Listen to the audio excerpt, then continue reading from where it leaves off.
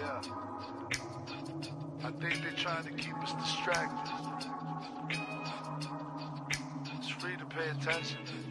Yeah. Don't be distracted by the beams that people put into play. Instead, focus on the freedoms people tearing away. It's all confusion. They turning UFOs into UAPs. To test the public on the subject, change the mood and see how we react. Knowing we've been visited back before Egyptians stacked stones with exact mathematical dimensions with attention to match. Before the days of Pangea when the continent cracked. Stupid humans just been covering tracks. Earth is just a puddle in the sea of what's been attached. I know a couple hybrids living on the planet. In fact, they might be living next to you. You ever think about that? Be the vibe. If you're feeling lost, tune to the tone. We might be living in a dome, but we're never alone. Send a rocket to the moon, let it curve on its own. It's a distraction, but that's all that I can see on this phone. We're caught up in a blue beam, distracted by design, while shooting down illusions, indoctrinating minds. They wanna see us panic, to put us back in line. The people have awoken and see right through the lies. It's all a distraction. It's a part of the game that we play. They don't need a reaction. Don't you give them the strength, meditate. It's all a distraction. But the people are finding a way to take positive action and spread truth to the ones that Hidden right in plain view, blueprint has been laid out. Played rat in the maze, getting stuck in the same route. Lost, feeling exhausted, breaking the frame down. So breathe, raise your vibration and phase out. Resonant, every thought's related to fate. And they don't want to let you know that you decide to be great. Who's that? Good question, start checking your mate. They play chess, not checkers. In the darkness they wait. Peep the games that they playing.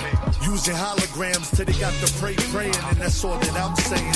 Project Bluebeam and the plans that they laying get me hotter than the flames that surround Super Saiyans. God-like, like the godson that be star bright. Living in the fractal, speaking to evolve like an oceanic alien that no one was on sight. Reminding you to never get distracted, it's alright. we're caught up in a blue beam, distracted by design, while shooting down illusions, indoctrinating minds. They wanna see us panic, to put us back in line. The people have awoken and see right through the lies. It's all a distraction. It's a part of the game that we play. They don't need a reaction. Don't you give them the strength, meditate. It's all a distraction. But the people are finding a way to take positive action and spread truth to the ones that relate. See, it's divided, so they feed us negativity. They put it on the plate and we just eat it up for dinner. See, we allow the panic but never address the lunacy. The current currency gotta be some foolery. It needs to flow with unity, floating with opportunity. Abundance is a class and I'm waiting for God to tutor me. Teach me and let me reach all the people that need the guidance. Allow me to give them visions of all this positive knowledge. It's all a distraction. It's a part of the game that we play. They don't need a reaction. Don't you give them the strength, meditate. It's all a distraction. But the people are finding a way to take positive action and spread truth to the ones that relate. Don't get distracted.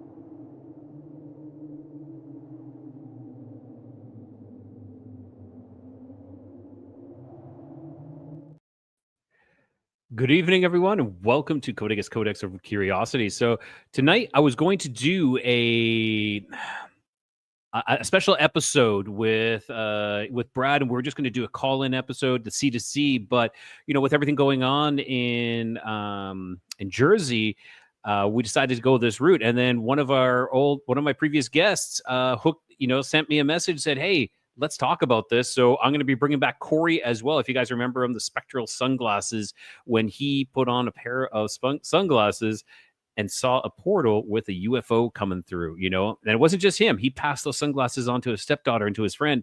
They saw it as well. So that is what we are doing tonight. So let's bring them to the stage. So first, here comes Brad from the Awaken podcast. What's up? How you doing? It's all a distraction, dude. That's what it is. That is what it is. You know, when I put that song on, I was like, man, this is a perfect song to have this one in. And let's bring Brad, if you just want to give a quick shout out, and then I'll bring Corey on. No need to shout out me. Let's bring Corey in, man. Right on. Corey, welcome back to Codegas Codex of Curiosities. As always, you know, technically this is the third time you've been on. The second time you've been on, there was some technical difficulties. I ended up releasing it on my Patreon, but there was I had bad sound on my side, and I just could not release it. But I'm glad to have you back, and I'm so glad that you reached out. Yeah, and you know, on what we recorded it that night, it was great because we got a lot of information, but just bad recording. It happens like that sometimes, but you did a great job anyway. But I'm back here now. Right on. I appreciate that. I really do. And, you know, it's so serendipitous that you reached out to me saying, hey, I want to do this, I want to talk about these Jersey drones. And Brad had messaged me as well saying, hey, we should be talking about these Jersey drones. And so it was, you know, like done. And I was thinking about it as well. So I think it was a great timing to have this all come together. Right. Yeah. So that's fantastic. So, is there, before we move directly into this, is any housekeeping, anything you guys want to take care of? Any shout outs or anything? No, I mean, not right offhand. No, I mean, I just, there was a new episode with me on My Family Thinks I'm Crazy with Mark Steves today about plasma portals. So if you want to go check that out, give Mark some love over there at his channel. Yeah, that's exactly what I think Corey saw was a plasma portal. It's interesting that he just said that. That's exactly the topic that the previous episode that we did was actually about. And now that I have more information on it, definitely share it with you guys. So yeah. Oh shit. Okay, so we're gonna let's jump right into these drones. So for those who don't know, well, I don't know if you're living under a rock because all the major news media seems to be covering this, which is, you know, which right there for me throws up a red flag of what are we actually seeing. So I'll keep going then. And so what we're seeing though is these drones flying in the sky. And what I've heard is many different takes on this, many different hot takes, you know, that it's Iran sending in drones that are flying over New Jersey, some of them the size of cars, and that there's a mothership off the coast that is refueling them or recharging them or however you want that to be. That's one. Another one is they're UFOs, which I'm not sure if I'm buying that, but hey, I'm always open to hearing more discussion. And another thing, is it just a meetup group flying their drones in a scheduled time, like a 4chan meetup group, and it's like, hey, let's go buzz New Jersey and show something crazy? Is this kind of like one of those let's storm Area 51 kind of deals? I don't know. Yeah, well, the timing is right. I mean, I'm pretty sure you heard the guy with the prediction of alien invasion coming, and all of a sudden we have the drones in New Jersey, right? You're right. Yeah. What date was that? Was that last week that was predicted? Yeah, I don't know the actual date, but it was sometimes last week. It was like 39 days after Trump talked to Joe Rogan. That's exactly it. Yeah. And I believe it was a computer program that he was using, that he developed this computer program to predict these things. And why did that slip my mind? I may not even think about this. So, okay, that's interesting. So what do you think it is, Corey? What is your thoughts, first of all, on it? When you first heard this, what were you thinking? Well, I'm just like everybody else, just looking at the news. You can't believe everything that comes through the media, especially with AI. You don't know if the drones that they're showing on TikTok or the news, if that's from 2 years ago. You don't know what we're looking at. But I'm just hearing reports just like everybody else. But besides the paranormal, if it's Iran, China, anything like that, should be a bit concerned and more concerned than they're actually showing. I did see the government, kind of get down on the FBI about it, trying to get some answers. Yeah. But I think it's something serious. It should be taken as a threat. I don't think that we should take it lightly at all, even if it is some kids just joking around. Like we shouldn't play with the airspace, and not at all. Yeah, especially in those ones, because from what I read, that one of those prevented a air ambulance from landing. There was an issue Right. with an air ambulance landing, and that prevented that. So right then, I'm like, okay, those things need to be taken down, whatever they are, whoever is flying them, it needs to be taken down. And is it me, or does this kind of smell similar to the Chinese balloons, floating through our airspace kind of thing? And it seems absolutely ridiculous that USA spends how many trillions of dollars on, or billions of dollars on our not our, because I'm not American, but on their defense, or in their military, and we just and they just allow their airspace to be invaded multiple times now. From what I'm hearing, I watched the hearing, and from what the FBI said, they only disposed 500,000 towards any type of drone activity or defense. Okay. So I've been doing my research on it, but I was kind of concerned on things, what happened to the president with the talking about World War III and everything that's going on, and I look at drone videos and see what's going on in Ukraine. They were bombing people with drones, so it had me like concerned, like maybe, if their size of cars or vans, could they be holding any type of missiles or any type of weapons in there? Like, what's really going on? I good point. Like I've seen those videos as well, and they're quite disturbing, actually. Absolutely. It's gotten to the point where it's like this AI is coming after us. A little bit of Skynet there, if you ask me. Mm-hmm. But yeah, I did. I'm on the side that I just think this is a big farce. But even so, there's the possibility that some of these maybe it's like the boy who cried wolf. It's kind of like, oh, these drones, and they're nothing. And then, okay, in that group of drones, you slip in a couple of bomb drones or suicide type drones, and then what? And then we just let this happen. And I was reading up on like defense systems to take down drones, because from what I understood, you can actually use a laser to take down a drone. And South Korea has developed this cheap laser system, and it costs $1.50 to take down a drone. Each shot, and it's almost 100% accurate, will take down a drone. So it's just shooting with a high intensity laser, it just fries them. So I'm positive if South Korea has that, I'm positive the US has something. Just this is New Jersey. It's not like you're in the middle of the plains and no one's around. This is something important. You should be taking these things down, in my opinion. Yeah, well, if you take it down and it has some type of explosive in it, you don't know exactly where they come from. You kind of gotta. I kind of feel the government and the FBI. You don't want to come out to the public and tell them exactly. You got to tell us something. I get it, but you got to think from their point of view. You can't just say, "Hey, yeah, it is some adversaries. It is China. It is." That's scary. You hearing that if it's China, they're all over. If it's Iran, they're over here. It'll scare me. Yeah, exactly. And Brad, do you have anything you want to say on that one, or do you want me to put on? I put together a quick little video of some stills and some videos. If you guys want to take a look, for those who haven't seen it, we could do that. Yeah, I just think that it's all a farce, man. What I think is actually happening, dude, and just like with when Nada fought Frank on They Live, you got to force people to put on those glasses and see the aliens that have been around us this whole time, running the world, the subliminal messages that are being hidden. All this stuff is like we're entering into a new world. We're entering into a new age, and so the veil is thinning. God has put us in this spectrum, this rainbow, and protected us from all these evil things, but the time is starting to come where the veil is starting to thin, and we're going to see more and more and more of this stuff.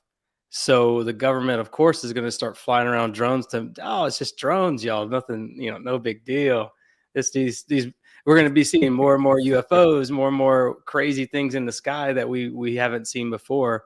And so they're just mixing this stuff in. This is I don't want to say Project Bluebeam, but it's kind of like a Project Bluebeam where you just put stuff up in the sky and you cause a lot of confusion. That's why they're not doing anything about it. That's, in my opinion, this is why they're just like letting it happen, is because for one, it's really happening with aliens, and for two, or demons, and for two, they're just letting it. They're putting these drones out on their own to try to just cause that confusion and mix in. Again, I got a public relations background.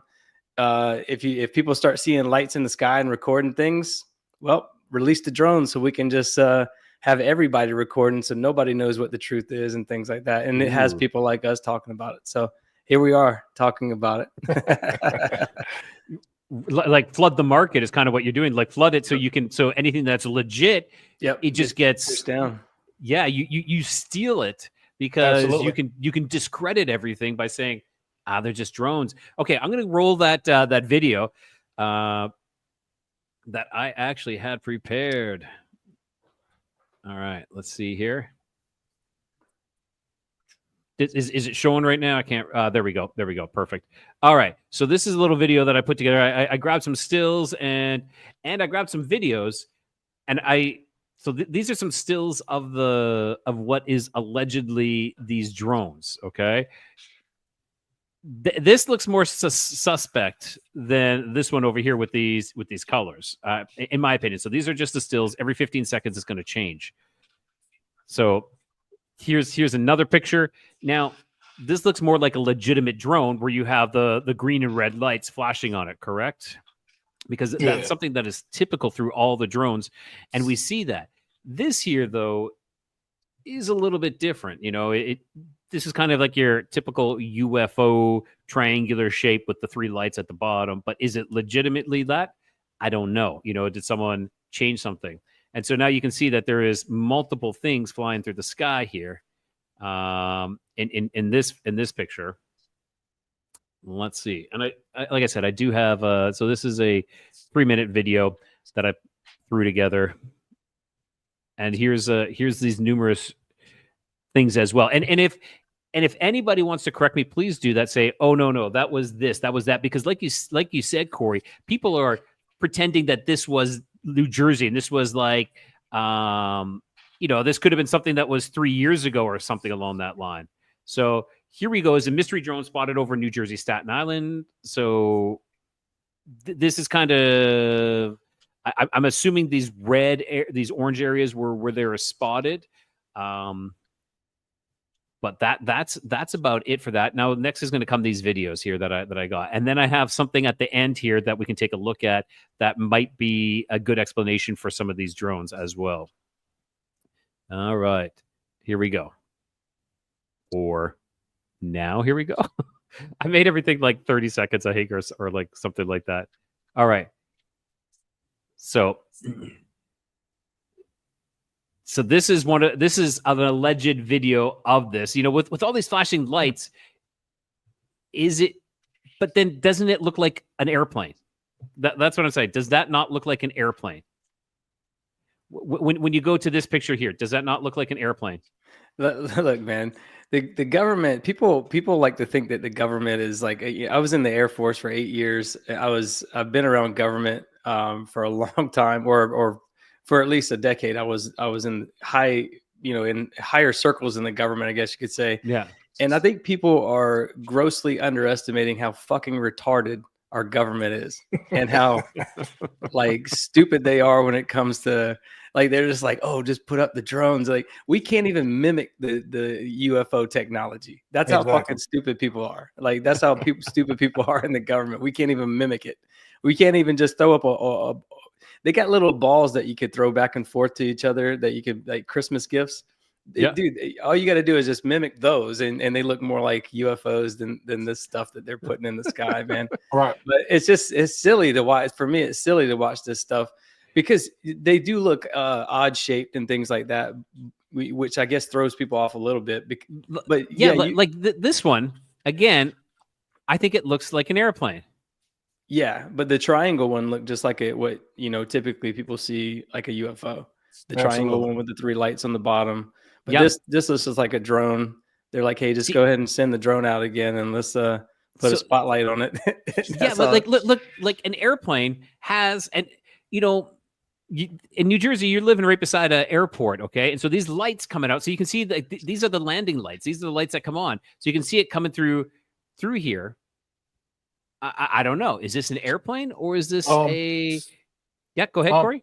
no, to me, I live in Orlando. I live in Ocoee, and I live not too far from Apopka Airport.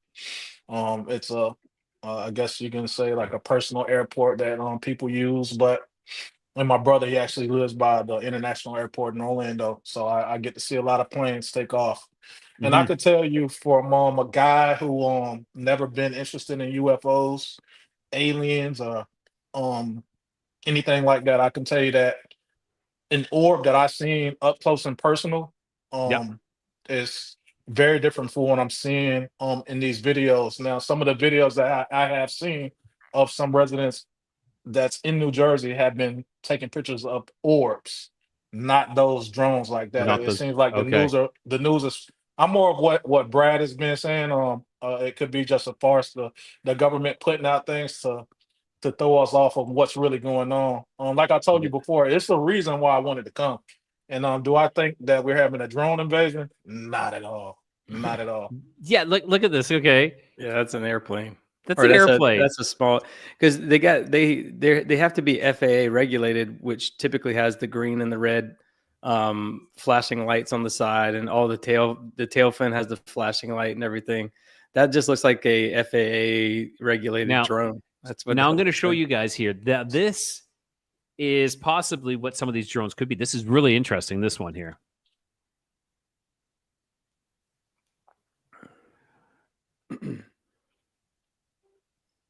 So yeah, go ahead. No, I was gonna say the drones in the military, they used to be a lot bigger, but now they're much smaller and they Yeah. look, more they're tiny. They can fit into smaller spaces and all kind of things. They used to be like big enough to where you could launch them from like tarmacs and stuff like that, to take off. But again, they're not that big anymore. So I'm sure the technology has advanced since 2007.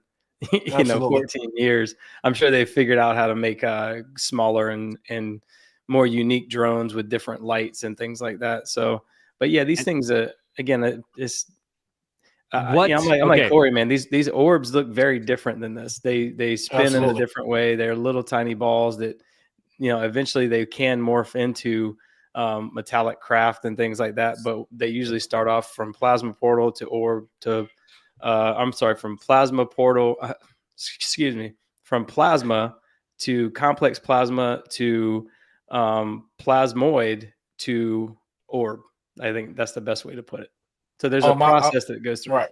I want to agree with Brad there. It's like if you read what I wrote on the first time and when I was speaking, when I seen it up close, it looked like almost molten lava. Like it was so bright, and I had to kind of squint to see it. And it was so big in front of me, and it had the characteristics of a typical UFO, and it flew off maybe 100 yards away, and it almost looked like the shape. It was oval, and it was so bright and molten. It looked like, I mean, the skin just looked like something that I've never seen in my life. It like it was beautiful and scary at the same time. But Was it uh, was it peeling off and like no, no, forming back no, together? no. What was happening is the orb. It was so hot, and it looks like, yeah, I don't know if you ever seen a lot. Well, I know you've seen a lava lamp before from back in the '90s, Yeah. and it was like Yeah. swirling around in there. But the instance before it actually happened, I don't know if you are familiar with magnetic fields. Yep. So magnetic fields, the birds, where we're at a blueberry field, so it was a bunch of birds, and they just started going haywire, and they were going crazy. And Can I from yeah, go ahead. I was just going to ask Ryan in a second when he's done. Can I share something with you, man? A screen share? Please do. Please do. Okay. Yeah. Go ahead, Corey. I'm sorry, buddy. Oh no. And just from doing my research, and it has to be like a significant strong magnetic field, or almost like a magnetic storm to You know what? disturb the birds, that just like it did. And once it did that, that's when I look back and I seen the actual white, just like a shimmering light, almost like a star, just not even far up in the air. I'll say maybe 20 feet up in the air, and it was just shimmering, and that's what just caught my attention. I'm like, what the hell is that? And I'm just sitting there looking. I'm like, okay. I'm like, do y'all see this? And of course, nobody's seen it at the time. And I figured after all of this time is that I had the Bose frame glasses on that actually can listen to music. So it has some type of frequency in there. So it's obviously the frequency from that magnetic field. It did something to the shades. And so it allowed me to see what was going on. Now remember, I'm under an awning at the Blueberry Field. So I don't know what this, if it can see, what it does. I don't know. I don't know what it is or what it does.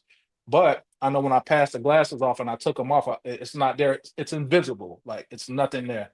Like a clear day. Like Yep. the star is not there. The orb is not there. Nothing is there. As soon as you put the glasses on, it is there. Um, so to me, it's like a lot of people say, I see, yeah, you see this stuff, right?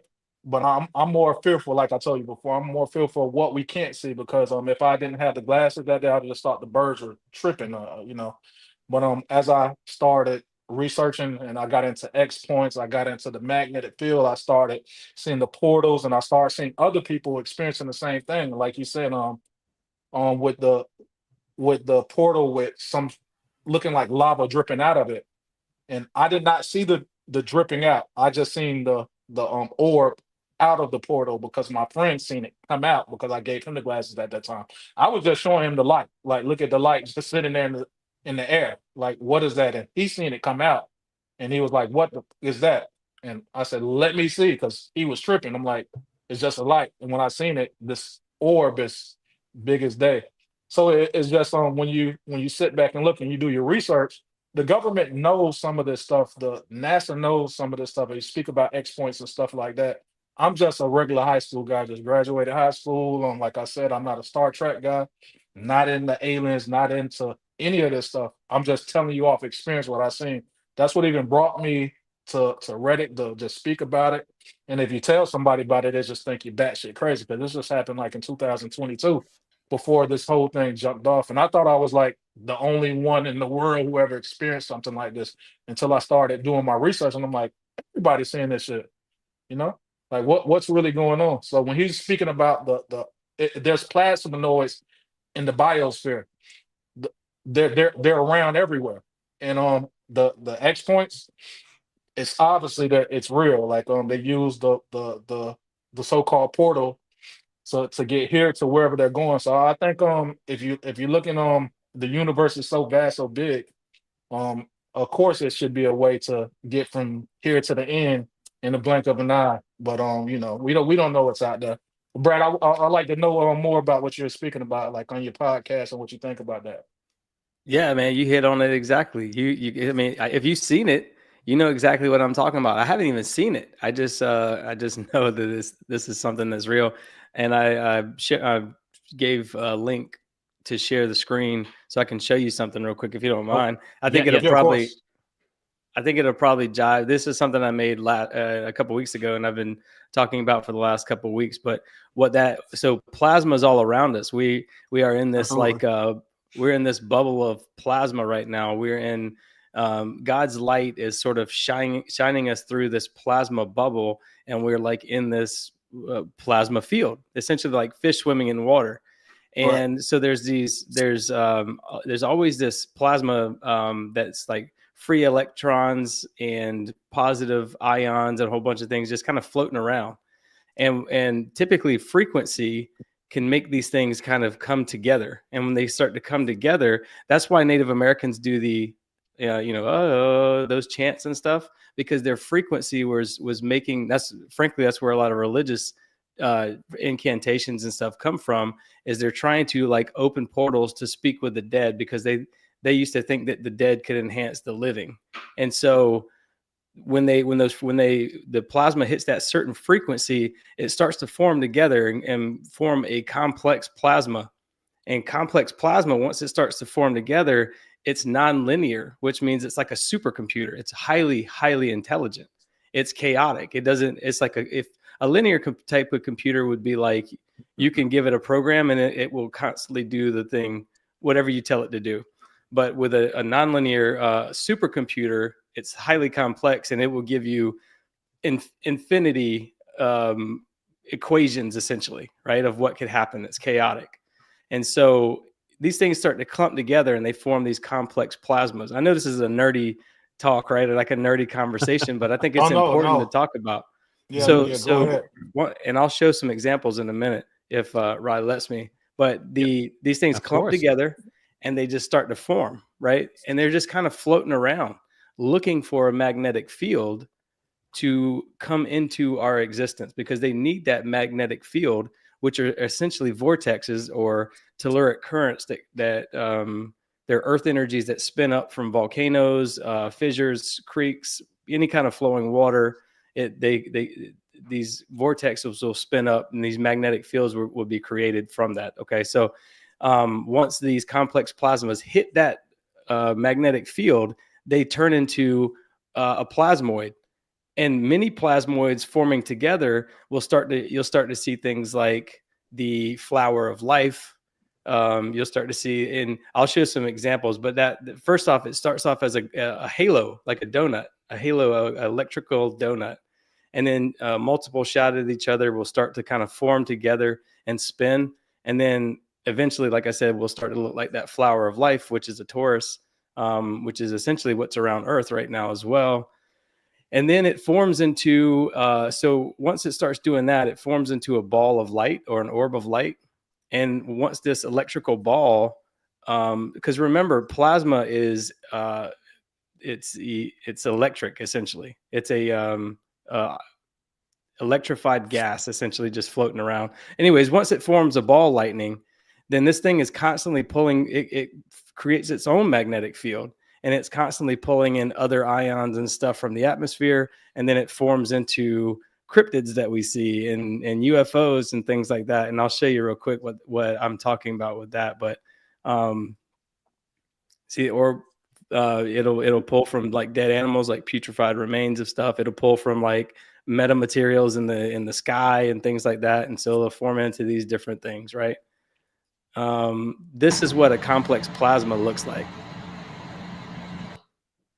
Sorry, this is what a complex plasma looks like, and this was the jellyfish UFO that was flying over a joint operations base in Iraq that Jeremy Corbell and George Knapp got their hands on. So this is what a complex plasma looks like. It's flying around looking for a magnetic vortex right now to form into something. And once it hits that magnetic vortex, then it becomes a plasmoid. If you can see my screen, this is what it starts to look like. It'll start to swirl. And then again, you watch it, it'll see how it turns into a star that kind of starts to spin into the flower of life. See, it's turning into an orb. Now it's separating again, disappearing, coming back together, those kind of things. And then sorry to interrupt you, Brad, if you just want to pause that. You got to talk to Mark Fiorentino. That's who I talked to today about the unified theory. I listened to one of his I guess a podcast that he was on today. Very, very informational. You just listened to that is okay. Talk about serendipitous. I just interviewed him this morning, so that show will be coming out next month. But definitely got to check it out. Definitely got to check it out. So sorry, Brad, keep going. No, that's fine, man. So a complex plasma hits a magnetic field, becomes a plasmoid, which is what you see here. And then it starts to kind of form into an orb, or ball lightning is what a lot of people call it. And this is actual ball lightning being filmed by a guy in Russia. And so I think that this is important to talk about because once they hit that, and I can stop sharing, man. I don't have to continue. No. Okay. But essentially That's the entryway in, because they're coming from this outside world, like this. Not outside world. The plasma is the etheric essence of who we are, of what we are. Right. It's Right. coming from the etheric plasma. It's just pure intelligence. It's Right. nothing. It's not coming from some planet. It's not coming from some, like, there's not, like, I don't think that there's extra dimensions that it's coming from anymore. I think it just exists as this super intelligent plasma that's all around us. And plasma is the building blocks in of like the ether, physical reality. Yeah. So Yeah. you're saying it's like it's in the ether. It is ether. That's what Aristotle called it, was ether. Yeah. Yeah. Brad is like right on the money with like a lot of the research that I've been doing. Like for it's so much information. He put it out great. I mean, I'm right on the money with what he's saying, but I was kind of thinking about like the pyramids and stuff like that. Maybe our ancestors, just human ancestors, it was more common for them to have experiences with this stuff, and that's why the writing's on the wall. Um, we should be able to see it, but it's hidden for a reason. But just like you said, Brad, when I had this experience with what I seen, and I would have thought that if I seen it myself, that I was just crazy. I mean, that's it. I would have been taking myself in to a hospital if I didn't have other people with me. But Brad, what do you think about the aspect of it being invisible? I hear a lot of people talk about the orbs and a lot of the stuff that you just said, but I never heard nobody speak on the invisible aspect on it, and that it had type of intelligence, because it was like close to me and the kids, and I don't know, like I can't say it recognized me because it probably knew we was there as soon as it came out, but it stayed there for 15, 20 seconds, and it shot off 100 yards to somebody's backyard. You can see it clear as day because it's so bright, and it stayed there for another 15, 20 seconds, and it shot off again. Now I have to mention that I'm in Orlando, Florida, so it is Lockheed Martin down the street. It's a couple of them around here. So I was just like wondering, what do you think about the invisibility and being able to see it with the shades? Like I'm just so interested in to knowing what you thought about that. Well, I think it just is microscopic. We just can't see it. And I'm sorry, not microscopic. It is there. We vibrate at a certain frequency because we Mhm. are human beings. And for the last couple of weeks, I've been talking about this stuff on my show and other shows. But we're human beings. HUE-MAN. We're color beings. We're colors of the spectrum, right? And Paul Stobbs has talked about this on my show, and I think he talked about it with Rye as well, about the after the flood, God didn't the rainbow wasn't like displayed for everybody. He said, we are the rainbow. He put us in the rainbow to protect us from these things around us. So we can't see this stuff because of what God put us. He put us in this prism, this Right. bubble, so we can't interact with these demons anymore. These things can't interact with us. I mean, they try to create hybrids and stuff like this, but this is what the flood, mating with the daughters, or mating with human women and creating Nephilim, and it just got out of hand, and God flooded the earth, and that's what I think happened. Put us in a bubble, and that, again, that's part of Paul's theory as well. And so I think that we just can't. Again, we can only see what's in the visible spectrum, which is us, which is color. We vibrate at a certain frequency. There's things that vibrate at a very slow frequency that we can't see, and things that vibrate at a very fast frequency that we can't see. So it's just about frequency, man. Everything is about frequency. 100%. It's about So when you say frequency, just why pure sound and light. why did I have like that type of experience? Why could we see it at that point and with shades on? Like I just try to that goes through my mind like every other week. I'm like, how could I see that without it it doesn't make sense to me. I just think people resonate, and people have different. I'm going to release an episode soon. Had a lady on who's an expert in crop circles, and we Mhm. had this exact conversation that people resonate differently. People can go to these crop circles, for example, and some people can just feel like, oh, this is the best feeling ever, and then some people feel terrified and like headaches and migraines. And so what she was saying is that people just have different frequencies that they resonate at, that they vibrate at. And so maybe you seeing them is just your frequency that allows you to see them. Not everybody sees UFOs. Not, we can be standing in the yard together and you could put on the shades and see that stuff, and I could put on the shades and not see anything. And I think it's just because how we're resonating at the time. And I think that people who resonate like in light and love are resonating at a faster vibration. And so sometimes they might not see this stuff. That's why when people drink spirits, you're letting spirits into your body, and it slows your frequency down and lowers you to a point to where you can see that. I'm not saying that you were drinking or anybody else. This isn't, causation is not correlation or anything like that. But what I'm saying is, like, sometimes fear, you mentioned fear. I'm not fearful of this stuff at all. Like, if I saw it, it might freak me the hell out, but I'm not fearful in the sense that, like, all I got to do is say the name of Christ and these things go away. All I got to do is shine a spotlight at these things and they go away.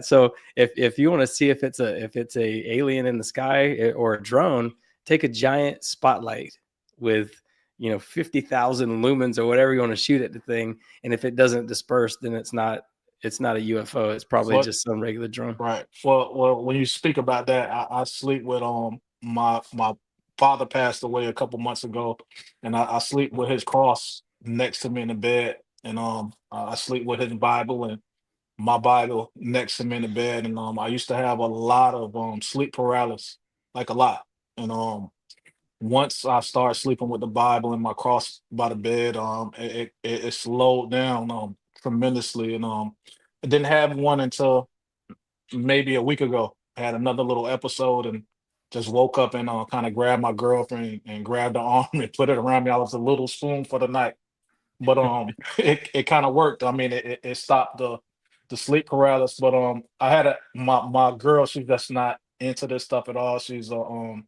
Christian woman. She goes to church. She knows her Bible, and when I speak about this type of stuff, it scares her. But one night, I woke up. Well, one morning I woke up, I heard somebody calling my name.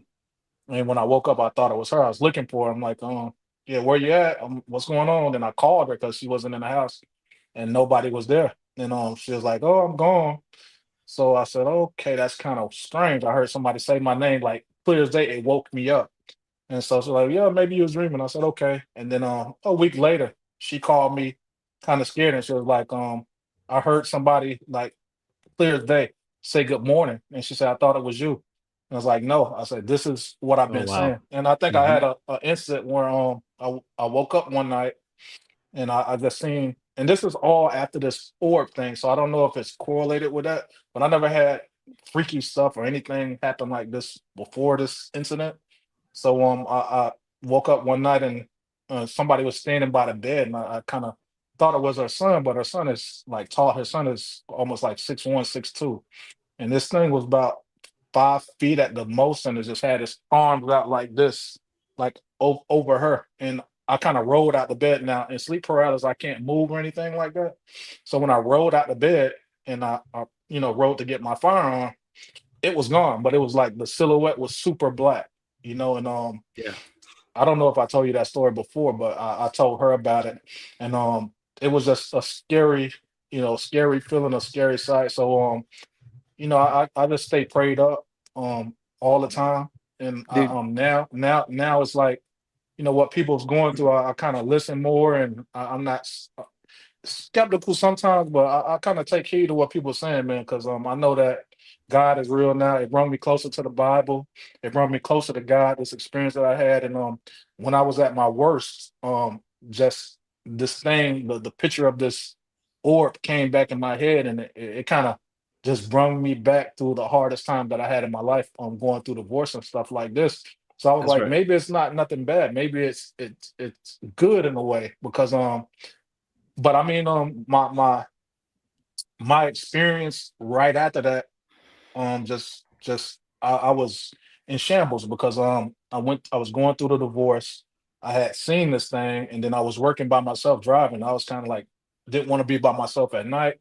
I was kind of have like panic attacks. I never been through this, never had panic attacks. I boxed all my life, from the hood, not scared of anything. But after this, I was scared, and I didn't. I talked to my father about it. I'm like, like what's up with the angels? What's up with God? What's up with the Bible? I'm like, what's up with this stuff? Is this stuff that they're saying? Is this stuff true? And it just brought me through all of that, man. I just been doing a lot of reading, a lot of studying, and I believe now, man. I believe more than I ever did. I grew up. My parents told me about God, but now it seemed like after this experience, I found it for myself. Dude, that black shadow that you're talking about, that blacker than black, dark void shadow, I have a theory on that as well. I would love to hear it. If you look at the wavelength of a frequency, right? How it has a crest, like a mountaintop, right? That little mountaintop shoots off photons of light. And that is us. That is the process of how we're created. So like a 60-watt light bulb will, if you when you use a 60-watt light bulb, it's not using full 60 watts. It's using about 6% of that, because the whole bulb, it takes all that process just to create 6% of light. And I think that's what we are. That's a good metaphor for what we are. This whole plasma etheric process, if you look at the tendrils on a plasma ball, the black spot in that, you know what I'm talking about with a plasma ball? Like those ones you put your hands on, yeah, right? And it kind of like absolutely. So if you look at that black spot, those black spots we have voids in our body. And if you look at the voids in plasma, in a plasma ball, that's what's around us. Is like everything that exists is what I'm talking about. It's dark and cold and slow frequency and things like that. It's super dark. It's like darker than you can possibly imagine. That's why when people see these things, they look like dark, shadowy figures, because that's what they are. They have no form. They're disembodied entities that are disembodied intelligences that are trying to come into this reality. And so when you see them, again, if we're at the crest of that and photons of light are being produced and we're living in God's light right now, then that everything else underneath that mountain is complete void, just dark. And it's the upside down, just like off of Stranger Things. That's the best way to put it. We're living in the light and they're living in the upside down. I like that. I like that a lot. Actually, it's really interesting take on it, and Corey, with you seeing that darker than dark, I've seen that darker and dark as well. Darker than dark, it kind of sucks in all the light, and it's really interesting. Just a quick update that we're going to have someone else joining us here right away. B Moss is going to be coming on as well. So, it seems our conversation is going into, sleep paralysis and everything else. And, she's great on that one. And I just want to circle back really quickly to the drones. One last thing. And the song that I played when we opened this was called Distraction. Mm-hmm. In my opinion, that's what it is. What is it distracting us from right now? What is going on? Why is there so much attention put onto this? I think that's something we need to know is like, we're all looking at this right now. And I think we all come to an agreement that it's not an alien invasion. It's something less than what it is, but nonetheless, it should. Like, why don't they just take care of it? Just boom, boom, boom, shoot them down with some lasers, because that's literally all you have to do, and then it's done. But instead, we're making a big show. Like this, it's like a sitcom, or not a sitcom. It's like a drama. What we're in the middle of. Like the news has turned away from being news, and it's becoming like this TV show. What'll happen next season? Next season on the Americas, we got the drone attack, the drone invasion of 2024. Right. And it's like, see what happens next year. Yeah, absolutely. Yeah. So. But that's what I think it is. So I think we can close the door on that one. I think that's it. But Brad, this our talk going to plasma, I think, is very interesting. And let me just say this real quick before you close the door on plasma too. But no. Yeah, we're the door is open on that one. So I did a and Wendy looks like is a fan of Paul from Truth or what is this show called? What is the show? Truth or Conspiracy? I can't remember what the show name is called, but there's actually a lot of his regulars are in here right now. Well, shout out to Truth. Everybody. Yeah, shout out to Paul Stobbs. But he mentioned the horde on my show, of the horde that's kind of being held back. right, by God's light. And we talked about how like the national forest kind of hold, is it might be like this holding area for these things. And what's interesting is I was walking around this Understanding conspiracies. I'm sorry, yeah, I messed that up. But I was walking around this antique store with my kids, and I found this book, this old He-Man book, Masters of the Universe. Oh man, I know He-Man all too well. I know He-Man very well. Yeah. So the book is called The Horde. And if you look at it, dude, it's so funny, man. I just had to bring this up because it's very interesting. It's everything is so synchronistic, dude. Like these things come into your life, and I was like, I gotta buy this book. It was on like $5 or something like that. I probably overpaid for it, but it's a really good illustration of like, and they talk about fighting light with dark and things like that, which is super interesting. I never realized that was kind of what was happening with He-Man, right? And of course, he has the power of the universe. He gets the light. Charges him up, and he can fight the darkness. And Skeletor lives on the dark side of Earth and all that good Snake stuff. Mountain, yes, yeah. And it's called Eternia where they live. Yeah, Eternia. Yeah. Look at this. Like an eternity. So I don't know if you can see that in the sky. Oh yeah, it's a drone. It's a drone of light fighting Skeletor, and they actually have a plasma portal in here too, believe it or not. So there's a lot of it's super interesting. I'm gonna do a episode with JT follows JC on it. We're gonna do that next week sometime. You got to take some good pictures of it, nice and close, and then have. I'm gonna do it. Yeah, I know it looks poor, it looks bad now, but there's a light, a drone in the sky, and this is a 1984 book. This isn't even like we're not talking 2024. This was 40 years ago now. Yeah. And so, but all the same things that we're talking about, and if you look at everything, all these movies and things over the last 40, 50 years, books and stuff, you'll start to see light versus dark. That's always the case. Star Wars and all these other different things. Right. And that's the theme of the Bible, good versus evil. And over, God is light all throughout the Bible. God is light. In him is no darkness and things like that. That's what that is. You have to have God's light. That's why when you hold up a cross, these things go away. That's why when you say the name of Christ, these things go away, because you're battling them with light, literally light.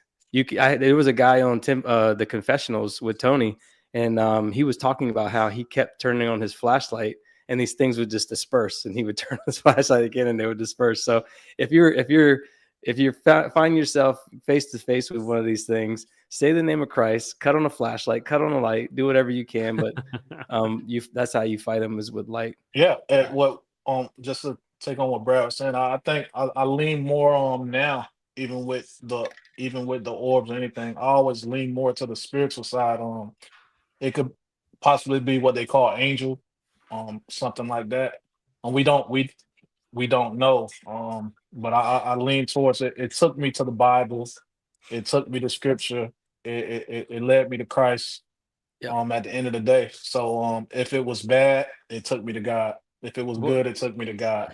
At the end of the day. I can't the alien thing, it's hard for me to wrap my head around that. But the spiritual side, just to be able to see things, and then I read in the Bible that people seen things before, and I believe, like I said, I don't believe because my mom and dad told me.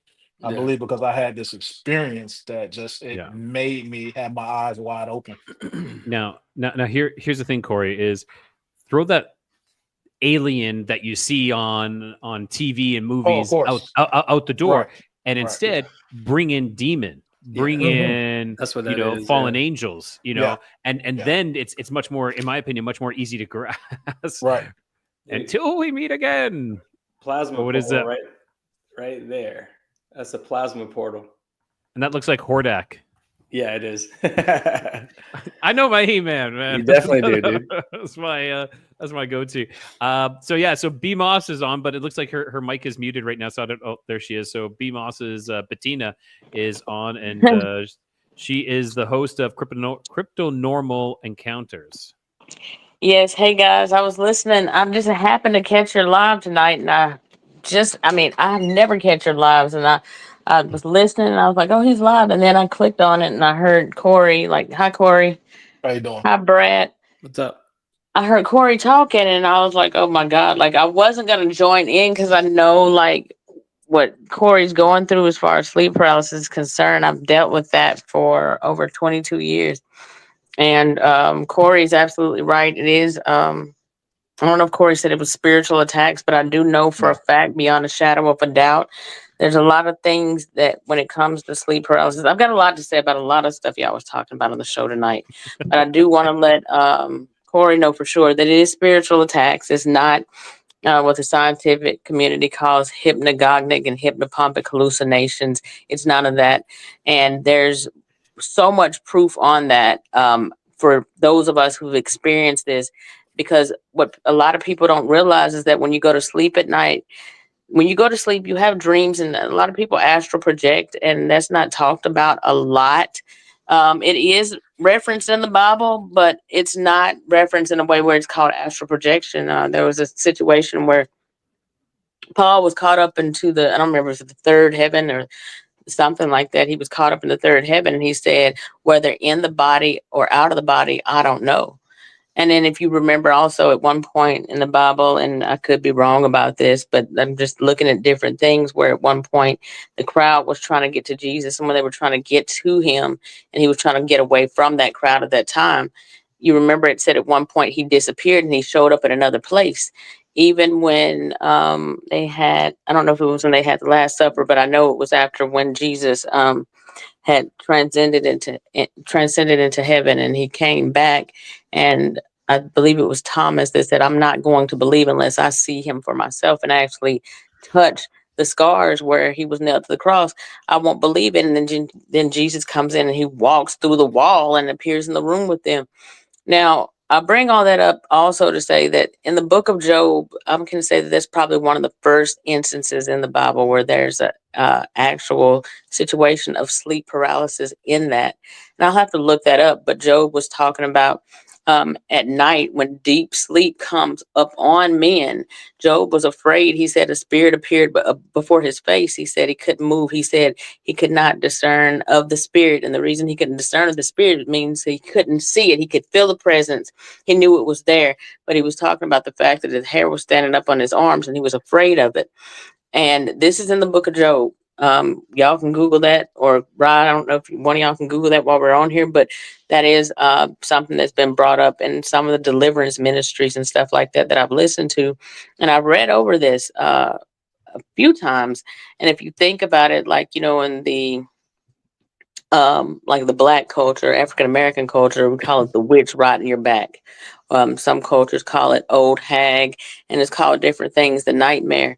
But when it comes down to this, what I wanted to tell you, Corey, is that some people, and I don't know how bad your experiences have been with sleep paralysis, but like a lot of times there's people who have actually come out of sleep paralysis with bite marks or bruises on their body, scratches on their body. And there's been people that's even been dragged out of the bed during this.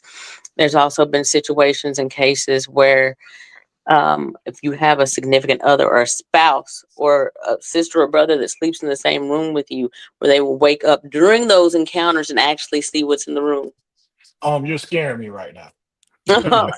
I'm just telling you, it gets Hey, worse. I'm just being honest. The last episode that I had last week, it said my name twice, and it said Divine One, whatever that means. And I woke up immediately, and I told my girlfriend exactly what it said, and Wait, Corey, repeat that again because I got knocked off for a second. Can you repeat that? it said Corey, Divine One, whatever that means. So I woke up. Oh, well, it was hard for me to wake up. Like I was like eyes rolling back in my head. My girl, she's a nurse, and she said it's like every time I go into it, it's like I'm having a seizure. So she said like it looks like I'm having a seizure. I'm like, no, it's sleep paralysis. And I said I know it's sleep paralysis because I'm having the experience. I know what it is. It's not a seizure. She said, well, it looks like a seizure. I said, well, it's sleep paralysis. I'm trying to get out of it. That's why you see me moving, and then I can get out of it. But the last time, it was the first time that I ever heard it say my name, besides the time that I woke up in the daytime, and I thought it was her. But last week it said my name twice, Corey, and said Divine One, whatever that means. So I didn't So take nothing from it. But yeah, it's I've been having it since I was little, and it's terrifying.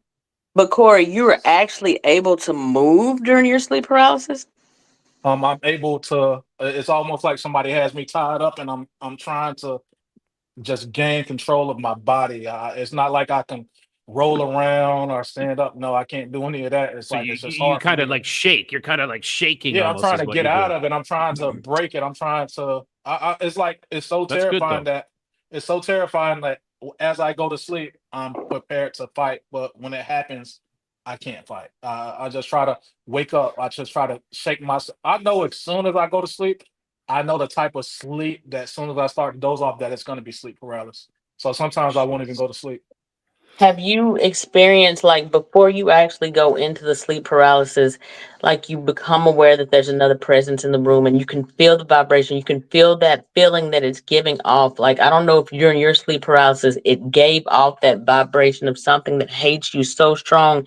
And it's not like a natural human hatred, it's worse than that. Like, if you multiply that times a million, and even though your physical eyes are closed, you are still completely aware of where it is in the room. Like, sometimes they will manifest, you will actually see it if it decides to show itself to you in a form, and it Yeah. manifests, because they can appear as anything they want to, or they can be invisible. They can come and have scratching on the wall, they can come and speak to you.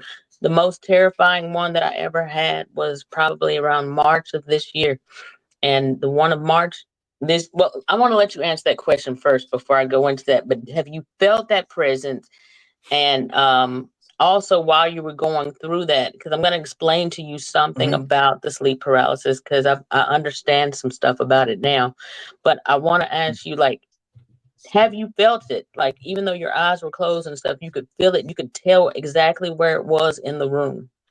All right. My eyes are closed, but I'm awoke in this sleep paralysis. So my eyes are, you could say, open, I guess. I don't know if my eyes are really open or I'm dreaming. I don't know, Your but spiritual eyes are open. Your yeah. physical eyes are But closed, but your spirit is witnessing that.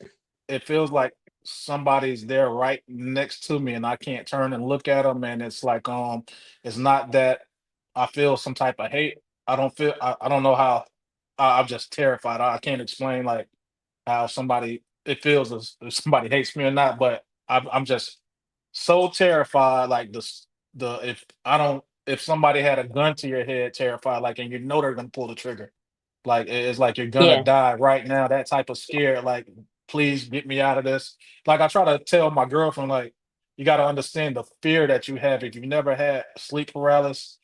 It's a terrifying event. Like it is like I wouldn't wish this on my worst enemy. Like I just And it's so Now, terrifying now, you were saying like your loved ones can sometimes see what's going on and whatnot. all the time, all the Okay, time. so there is I was going to tell a quick little anecdotal evidence here where I interviewed someone here that lives in the city that I live in, and he described this creature entering into his bedroom, coming through the window. You know, it was a higher up window, small window, and it formed into this window, and it's this huge creature, and You guys are scaring me. it stuck its hand down his mouth. Okay, it stuck his hand down his mouth and started choking him. His girlfriend woke up to him sitting up in bed, choking and gagging like this. uh-huh. And she woke him up, was able to finally wake him up and snap him out of it. So, you know, when people are like, "Oh no, this isn't really happening. This is, you know, whatever you described it, the actual, you know, scientific terms there be." But no, this is legit. Like, just because you can't see it doesn't mean it's not there and it's not affecting someone. Sorry, go ahead, Corey. Um, yeah, I'm just about to tell y'all something in a minute that's the most terrifying thing that I don't even really want to share this right now because it's nighttime, and I've literally, I'm gonna have to say a strong, strong, strong prayer tonight because of this, because I still deal with this, and it's gotten even worse since I rededicated my life to God. But after Corey says what he's gonna say, I'm gonna tell y'all something that I really okay. don't even want to talk about it because it's nighttime. And this just happened again a few nights ago. But the worst case that I ever had in my life, this is the second worst sleep paralysis situation, happened earlier this year. But go ahead, Corey, and I'm gonna tell y'all, but I'm gonna pray tonight. But go Okay. ahead, Corey. All right. So my dad passed maybe I'm gonna say 5, 6 months ago. Um, Sorry for your loss, sir, on that. oh, it's okay. Yeah. 100%. My uncle went to the funeral with me and to the wake, and then he passed away 2 weeks after. Jeez. My mom passed away from cancer, I think in 2005. And my dad was alive the whole time until he passed 6 months ago. After my dad passed and my uncle passed, I had a dream, a vivid dream that I was sitting down speaking to my mom and my dad. I had never dreamed about my mom until my dad passed. And they were just joking. My dad was telling me that my mom was messing with her. Well, my mom was messing with him, saying that he had another girlfriend or whatever when he was alive. And I woke up from that dream just happy that God let me share that moment with my family because it was so real. And then I had another dream maybe a few weeks after that. I sat down at a table with my uncle and my cousin. And as soon as I sat down, I woke up. Like I didn't even get to have a conversation. It was like they were sitting down, I sat down, and they were about to speak, and I woke up. It's like, yeah, I have sleep paralysis, but I have these dreams that are so amazing and so real. And I think I spoke to you before, like when I was young, in school, I used to get in trouble for just daydreaming all the time. And it's like I can sit there and just sit there and focus and stare off, and my it's like I'm somewhere else. Literally, I'm somewhere else. Like I can't even see the classroom. Like I'm somewhere else, and the teacher used to have to snap me out of it. And it's like since I'm older, it's like all of this stuff is just coming back and form. But I went through. I had a car. I went through a windshield in a car accident, and once I went through the windshield, I just stopped doing the daydreaming thing. It's like it stopped until now. I'm older, and it's like I'm just having I don't know, man. I don't know what's going on. So it's I appreciate you guys even able to speak with you guys about this type of stuff because really, being where I'm from, it's hard to talk to certain people. I can't sit down and talk to my girl about it or sit down. Yep. I used to speak to my dad about this certain stuff and my brother, but nobody else wants to hear you. Jeez. Yeah. A lot of people don't Before you believe go it because into it sounds crazy to most people that have never Absolutely. experienced it. yeah, and you know what, Corey, is I think that some of us have like. And it's not a gift because we all have this, but I think we're more in tune with the dream world, more in tune with the dream, with this dream. And it is kind of a form of astral projection, though we're not formally, when we dream, we're doing it mentally and we're mentally going into these other realms. We're accessing them. Some of us have maybe a little bit trained or not trained. Just it's more of comes naturally to us. And that's what I Yeah. think what you're seeing here. And go ahead, B there. B, I just wanted to say something to her real quick. Okay. I was married for 7 years, and the first 3 or 4 years were great. And one day I came home, and at night I used to drive trucks, and I came home and she was standing outside naked, and she was shaking, and I was like, "What's going on? Like, get in the house, like bring her in the house." And she told me she was like hearing voices and stuff, and I was like. I was like, what? I just believed her because of the person that she was. I was like, what's going on? So we ended up taking her to the hospital and stuff like that. And she tried to commit suicide before she said the voices were telling her to attack herself. We ended up getting a divorce. Didn't want me to have to deal with that stuff. But I've been my cousin. I had a distant cousin, and he used to, I guess bipolar, schizophrenic, and I've been around people who they say are crazy and stuff like that. But once my ex-wife had dealt with that experience, I even started looking at things a little different because I believed her. I was like, the things that she was going through, I was like, I know her and I don't know her to, to be crazy or anything like that because she was normal this whole time.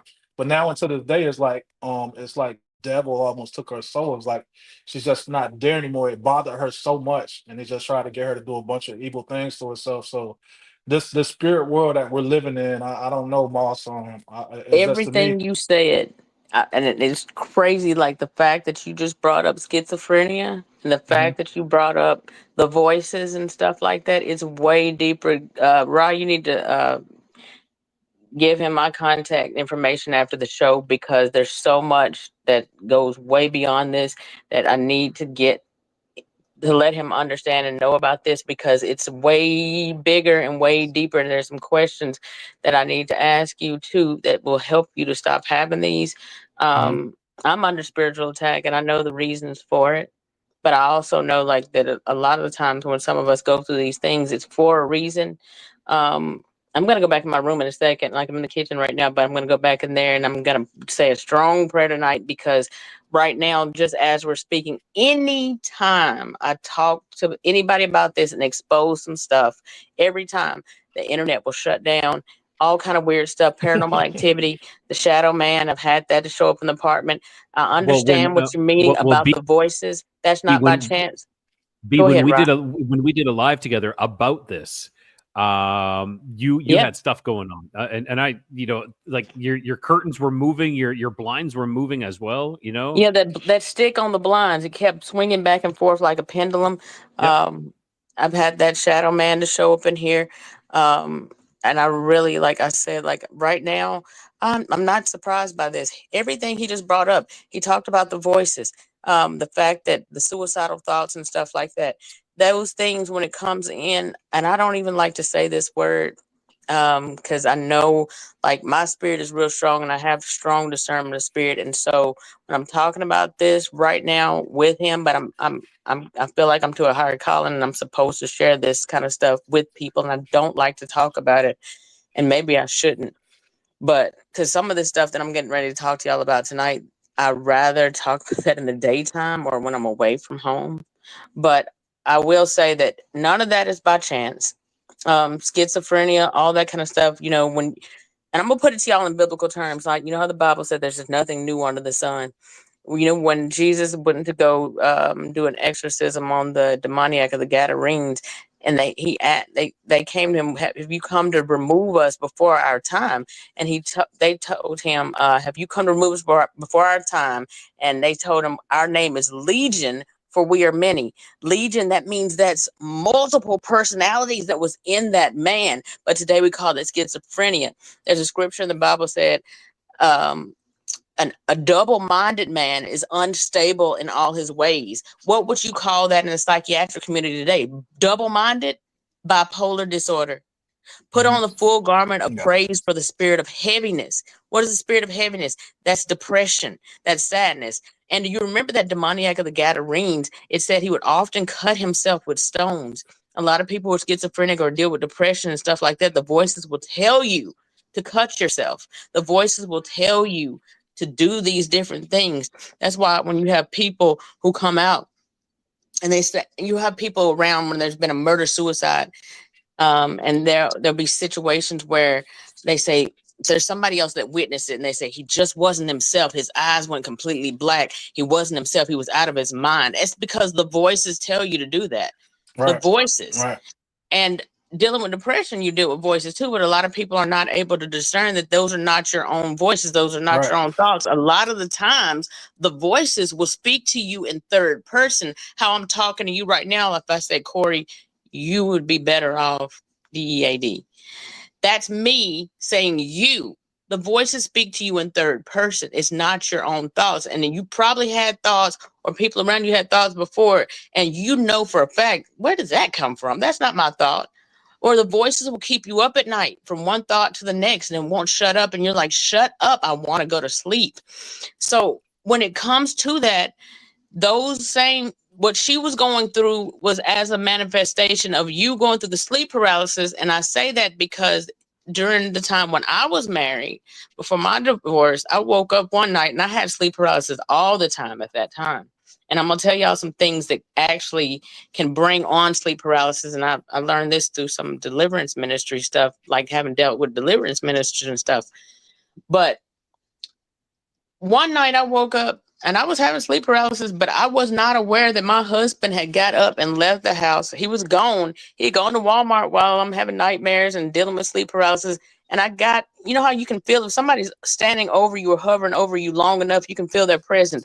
And I opened my eyes and he was like painting like olive oil, like a cross on my forehead, and had a crucifix on my chest. I said, what are you doing? Because I'm like, what the hell? What? He said that while I was asleep, and he didn't know I was having sleep paralysis, but while I was asleep, He said, I don't even want to talk about this right now, y'all. Like, I'm almost, like, you know what? I rebuke that. I'm Let, not let going. me let me You say can't live in something. fear. There was a demon standing on his side of the bed while I was having sleep paralysis, and that's why he got up and left to go Mm. and do that. But go ahead, Rob. Yeah. Though I walk through the valley of the shadow of death, I will fear no evil, for thou art with me. Thy rod and thy staff comfort me. Thou preparest a table before me in the presence of mine enemies. Thou anointest my head with oil. My cup runneth over. And when you fight these things, again, that was Psalms 23, 1-6. The Lord is my light and my salvation. Whom shall I fear? The Lord is my stronghold of my life. Of whom shall I be afraid? So that was Psalms 27, 1. So if you have the light of God with you, these things will leave you alone. But just like Vicky Joy Anderson always says, you got to pray down and close the doors. You know, if you had traumatic events in your life, like car wrecks or suicide attempts or bad breakups, anything can open a door for these demons. Maybe you used to drink and used to let these demons in when you drank. Delving into the occult, Yeah, Freemasonry in the family, witchcraft in the family, Freemasonry, Eastern Star, any of that kind of stuff, bitterness, unforgiveness, that which turns into hatred. Those are unforgiven sins. And so when you don't forgive people of their sins, that turns into bitterness and resentment. The Bible goes on to say that if you don't forgive others, God is not going to forgive you of yours. So when you pray, that's not your prayers aren't being answered at that Yeah, time because you are not. yeah, So you had to be, a lot of people had to be delivered a lot of time from stuff that you're not even aware of, yeah, generational curses. And so yeah. this is why I like some of this stuff. And I know Mhm. like this is not that type of show right now, but I wanted to put that out there. So please hook me up with Corey after the Yeah, show because I got more. But I don't want to take over. I do want to tell y'all, I'll save the last. I don't want to tell y'all the most scary one because I don't know if y'all are ready for that or not. Miss Corey's already kind Moss. of scared. Uh huh. No, Miss. Yeah. It is scary, and I definitely Brad. I appreciate that because a couple of my coworkers we talked about this thing, and they tell me that you have to say in the name of Jesus Christ that you rebuke it. I just wanted to share with you guys that I did reach out to a therapist, and I sat down to get some help. And I stopped going after the first visit because after I told her what I seen and what was going on, she just told me that it was real. And she wanted to talk to me off of out of therapy. And I didn't know which way to go because to me it's kind of scary when you're with yourself. And I know that God is with me, but when you're in the physical, I know I'm a warrior God and I'm willing to die, even through sleep paralysis. If that I'm not for some reason I'm not scared of death. If something walk in here now, I'm ready to die. But in this trance, this sleep paralysis, it is like you're vulnerable. It's like you don't have it's like you don't have it's like you're wherever it wants you to be, whatever it is, and Be careful though, Corey, I when have you the good say and bad. that Yeah. because, and I know you say that and you're not meaning it like that, but I want to say be careful when you say that though because there's power in words. And those things like that are looking. I found out like you can go through word curses, things that you speak up on yourself. Oh So yeah. be Yeah. careful. But Yeah, yeah, absolutely. Absolutely. It's just I like to be transparent and mm-hmm. 100% honest about my feels because I just as how I grew up being a older a 42-year-old black man. I'll be Christmas Eve I'll be 43 years old. So I would never talk about anything like this, man. I just go to work, come home, take care of my kids, go to work, come home. I watch sports. So when it comes to stuff like this, it's like to me, it's even though I'm going through it, it just seems crazy. Like it just does. But when you're experiencing it, I say to myself, am I going crazy? Like what's going on? Like I don't know what to believe. I don't know what to do. All I do now is just trust in God and keep it there. I just read my Bible. I meditate, but it's like some of these things happen. But what did help is keeping the Bible next to the bed, keeping that cross with me and staying by my girl. She has some healing, some prayer oil, and she puts it on my forehead when I go to sleep sometimes. So and that helps. But this stuff, my experience, I don't know about anybody else's experience, but my experience is what I'm telling you guys. It seems 100% real. Brad, what I told you about the orb and the plasmanoid, man. Listen, I told Rob before. Let's get the lie detector test and let's set it up and let's question me and let's see what happens. This stuff is real. Like I wouldn't even waste my time doing this. Not one bit. I'm Oh, just being honest. I wouldn't. I only got into this stuff 2 years ago because of my experience, and I've been having like sleep paralysis all my life. And it's sometimes you just feel like you're by myself, but to speak to somebody like Moss, Brad, and you, Rod, it helps Yeah. me out because it's no like I'm not by myself. I'm Hey, dealing with man, this stuff. the Bible says 365 times, do not be afraid. It says it over and over and over and over and over Mhm. again. Have the light, walk through the shadow. You got the light with you. You're good. Don't worry about this stuff. I got you. Psalm 91, I'm going to be there with you. That kind of stuff. Like, Hey, I yes. just, appreciate that. I appreciate that, Brad, like 100%, man. It yeah. just gives me confirmation what you're saying this stuff, man, because God is what I keep first 100% of the time. And I know in that world I may feel alone, but I know that God's with me. See, and that's a Absolutely. that yeah, and that's something that like my show, one of the things that I wanted to do with this show was to make sure people aren't alone with their experiences with these like y- we think they're crazy, like what happened to me, I think it's absolutely crazy, but I want people to know that you're not alone. Other people have experienced it and we've all experienced this and we're all in this together. And when you're able to freely tell your truths to someone and they're not questioning if you actually had that experience. They're questioning, asking questions about your experience. That's what it's for. We want to learn more. We want to be able to protect Hmm. ourselves and move forward together so we can find answers to these, so we can discover the truth. Um, Absolutely. Absolutely. I mean, guys, you always have God with you, like all the time. The thing that a lot of people forget with these demonic attacks and stuff is that we have consent over our bodies. We have at some point let these things in. We have to tell them to get out. Literally tell them to get out. Say it out loud many times to get out. Like emphatically, get the hell out of my body, get the hell out of my house, that kind of stuff. Christ is with me, the light Yeah. is with me, things like that. Like these things will go. It's just 100% true. But you have consent, just like when you have to let Jesus in your heart, right? Right. You have to like literally let Christ in. You can't just But I um will say this, Brad, to get full freedom and for that to like stop, it's a lot of stuff that I have to do and had to do to like get these things to stop. And once I started listening to, and I'm gonna Corey, don't forget this. You write this down. Type in Kevin L.A. Ewing, Ewing, on YouTube. I was listening to him talking about it today. He's got sleep paralysis and everything else under this. One thing that's really important for y'all to know and remember about this is that there's covenants that's been made. There's a scripture in the Bible that says that a curse without cause cannot land.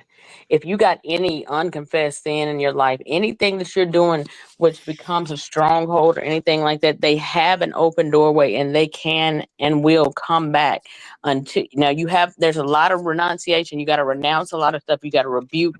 But if you're still living a certain type of way, which I was, and like it's really strong and it's really hard, you have to like change those things in order to be fully free from it. Like it still tries to come. I can still feel when they're trying to like come back and see if I'm doing certain stuff again. Like I have to remove stuff out of here. If you got any occultic type books in your home, if you have any jewelry or paintings or anything like that, if you're Christian and it has anything to do with what I guess like in Christianity or within God, but have anything to do with the occult, like any ancient Egyptian stuff or anything else under those guidelines, and a lot of people who are in the comments that may not be a believer that don't agree or don't, then this doesn't apply to you. If that's not how you feel, then I'm not trying to push a narrative here, but I'm just saying what works for me. And I do know you can get the stuff to stop. I have to go to sleep every night with spiritual warfare scriptures going to go to sleep and have peace and not feel something walking around or feeling energy around me. I don't, it's just an uncomfortable feeling. And Rye, you were praying that was it Psalm 23 before when you were praying as I walk through the valley of the shadow No, of death? that was Brad. That was Brad. Yeah. One thing I want to say, and I don't know if y'all are ready for this because I'm almost. This is probably the worst one that's ever happened. And I don't know if I ever shared this with you before, Rye. I think you kind of halfway convinced me not to share it because I was so scared at one time.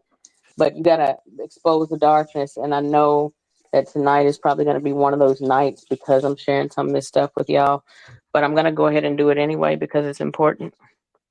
So this will Please, be. yeah, and take care. I've had multiple sleep paralysis experience. I'm about to tell y'all. I'm gonna try to speed it up because I don't want to talk about it too long. But the most terrifying one ever was the one this year, early part of this year, when sometimes sleep paralysis can start off as a nightmare first and the lead over into sleep paralysis. It can start off as a bad dream. And during at least 3 of my sleep paralysis experiences that I've had over 20 years, I'm going to say at least 3 of them, I've had out of body experiences with that. When I say that, I mean that I was aware that there was another spirit in the room, but at the same time, I'm also aware that my spirit is hovering up at the ceiling and I'm looking at my body laying in the bed and I'm trying to tell my body, like, I want to get back in, and I'm like, wake up, get up, get up. Kind of like on Nightmare on Elm Street when, with Freddy Krueger, they would be like, well, if Freddy comes, if you see me doing this or you see me doing that, you see me moving around, try to wake me up. That movie, Nightmare on Elm Street, was actually based off of sleep paralysis. And that came out on a documentary I was watching. Now, this is the most terrifying one I've ever had. Matter of fact, let me turn my lights on. Jesus help me. So during this night, I'm aware that, I'm going into sleep paralysis. Just like Corey said, you can feel it when it's coming on in advance. And I'm aware of this. It's getting ready to come. I didn't realize it was going to be this bad. So that night, I went to sleep. Started off as a nightmare, and then it ended up in sleep paralysis. And then I realized, I can see everything in the room. During sleep paralysis, whether your physical eyes are closed or not, the reason you can see stuff at night is because your spiritual eyes are open. Your spirit is the real you. And so I'm aware that I can see everything in the room, but then I realized I'm looking at my body. I'm looking at my body because my spirit is hovering at the ceiling. My back is to the ceiling, and I'm looking down at it. My heart's beating out of control. I feel the most intense hatred, rage, evil. It's worse than anything that you can possibly imagine.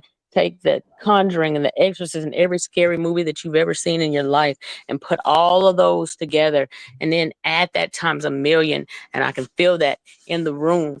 Now, when I realized that my body's laying on the bed, I realized I'm having an out-of-body experience with this sleep paralysis. Then I also realized after I got through looking at my body laying there, then I kind of looked straight across, like I lifted my head up from looking down and looking straight across from me, and a few inches away from my face, there is, and I've told you this before, Rod, like you've seen the movie 13 Ghosts. If y'all seen the movie 13 Ghosts. Remember you telling me about this, yeah. Okay, y'all remember the jackal, the one that had that cage around his head? Yeah. I saw that, but take the cage out from around his head, sharp, jagged, pointy teeth. It had this long, oh my God, Jesus. Oh my goodness, please, Lord, not tonight. So, oh my God. Okay, it had these sharp, jagged, elongated teeth. It had this long grin across its face, and it had that long, dingy, brown, black, scraggly hair, pasty, pale white, like Dracula or Frankenstein. And That's what Paul talks about in his book. The Nephilim look like clowns. yeah, Mm. but it was. I never heard that. Yeah, Well, that's it said, interesting. Good. So I good started connection. praying the prayer that you just did a few minutes ago when I realized I can't get away, but I didn't start praying it right away. What happened when I realized that thing was like literally almost nose to nose, that spirit was nose to nose with my spirit. I'm looking at it and it's looking at me, and it takes my spirit and it drags it from one edge of the ceiling on the left side over to the right side, and it kept dragging it back and forth. The ceiling fan was going that night, and I know this is stupid, but I kept thinking, that thing is going to chop up my spirit if it goes into the ceiling fan. It was ridiculous, but that's what I thought. Kept dragging me back and forth, and then it would take my spirit to throw it down on the bed, drag me back up. I started praying then, and I started praying as I walked through the valley of the shadow of death. I started doing that prayer, and the crazy thing that happened with that is that when I started saying that prayer, that thing literally took over my vocal cords and started saying it. It was coming out of my spirit's voice, but it was saying it out of my mouth, and it was in a demonic tone, and it was mocking my prayer as if to say blah blah blah. And then it was speaking telepathically because it was basically letting me know you ain't got no power.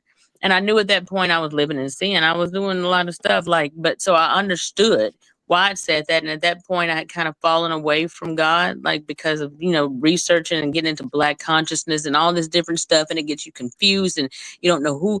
So at that point, at the same time, while it's mocking that prayer in that demonic voice, it's also simultaneously laughing and speaking in that tone at the same time. And I'm starting to pray and I'm trying to rebuke it in the name of Jesus. And it was a stronghold. It was a principality. It wasn't just like a regular demon. It was stronger than the smaller ones. It didn't just go right away with the name of Jesus. And I'm praying and I'm like, Holy Spirit, send your angels, send Michael Archangel, come down here because this is stronger than what I can deal with right now. And finally, at some point, I guess that was I can't even explain how that stopped, but that situation was taken care of, and I finally was able to get back in my body. And when I was finally able to get back in my body, I immediately sat up in the bed, turned on the lights, started praying. I put on spiritual warfare scriptures going all night, opened my Bible, and I had to rebuke, and I had to do all kind of stuff. So to this day, like, this stuff still goes on. Like, there's stuff that I can't even go into right now, but there's been so many cases. There's been all kind of stuff happening. I've been spooned by these things before. Like if you're laying in the bed and you're sniffing, the other is laying in the bed with you, and you're laying on your side, and I realize ain't nobody in here with me right now, and I'm being squeezed from behind, like cuddled, and I realize I'm in sleep paralysis. I can't move.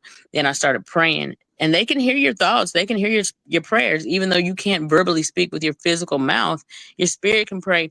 And it didn't want me to pray. This is a whole nother situation. It starts squeezing tighter and tighter and tighter to the point where I'm like, oh my God, like I just stopped praying because I'm like, in a minute, I'm not going to be able to breathe. I might be dead behind this. So it's pretty bad, but I do want to talk to Corey at some point. I've got some things I want to share with him for help on this. Absolutely. Yeah, because it's bad. To hear that from someone else and dealing what I deal with, it's scary.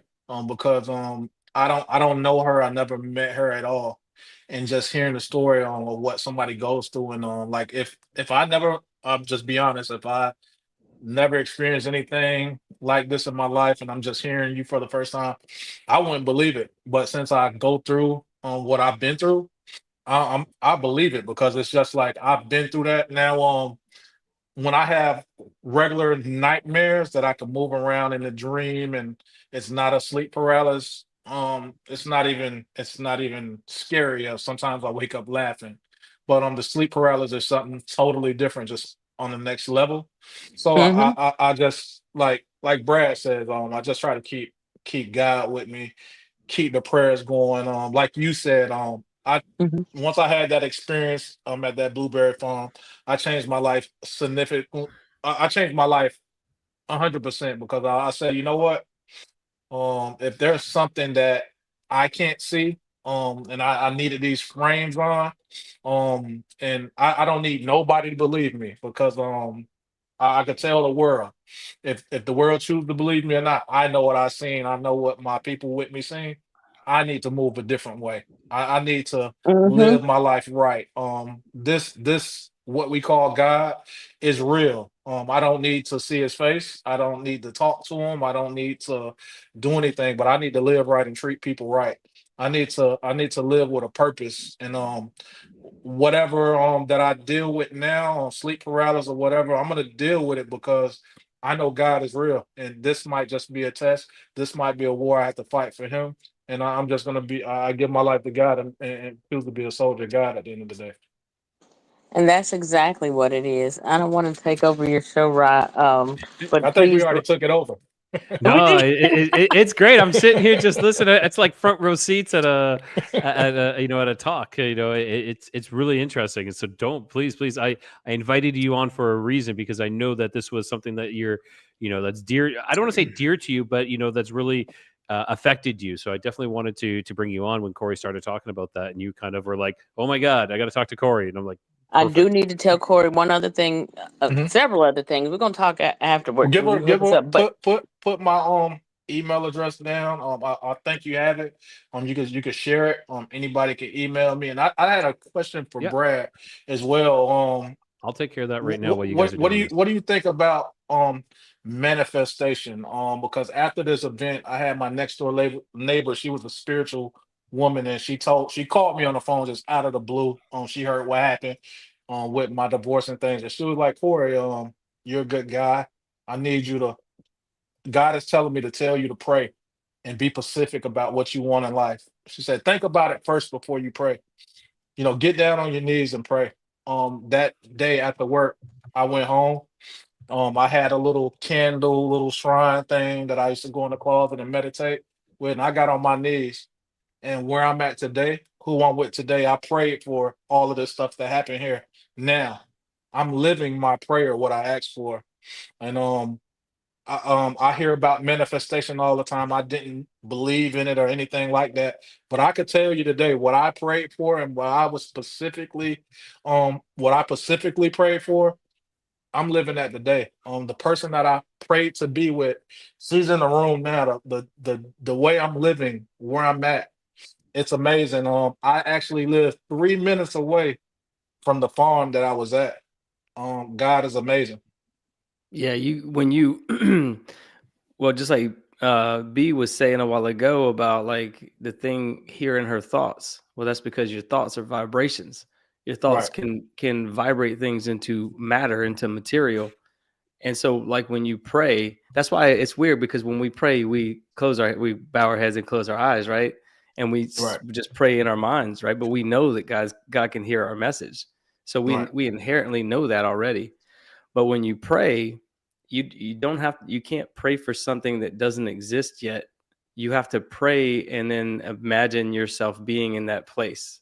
You have to imagine what it's like. If you pray for a better life, you have to feel that life while you're right. praying it.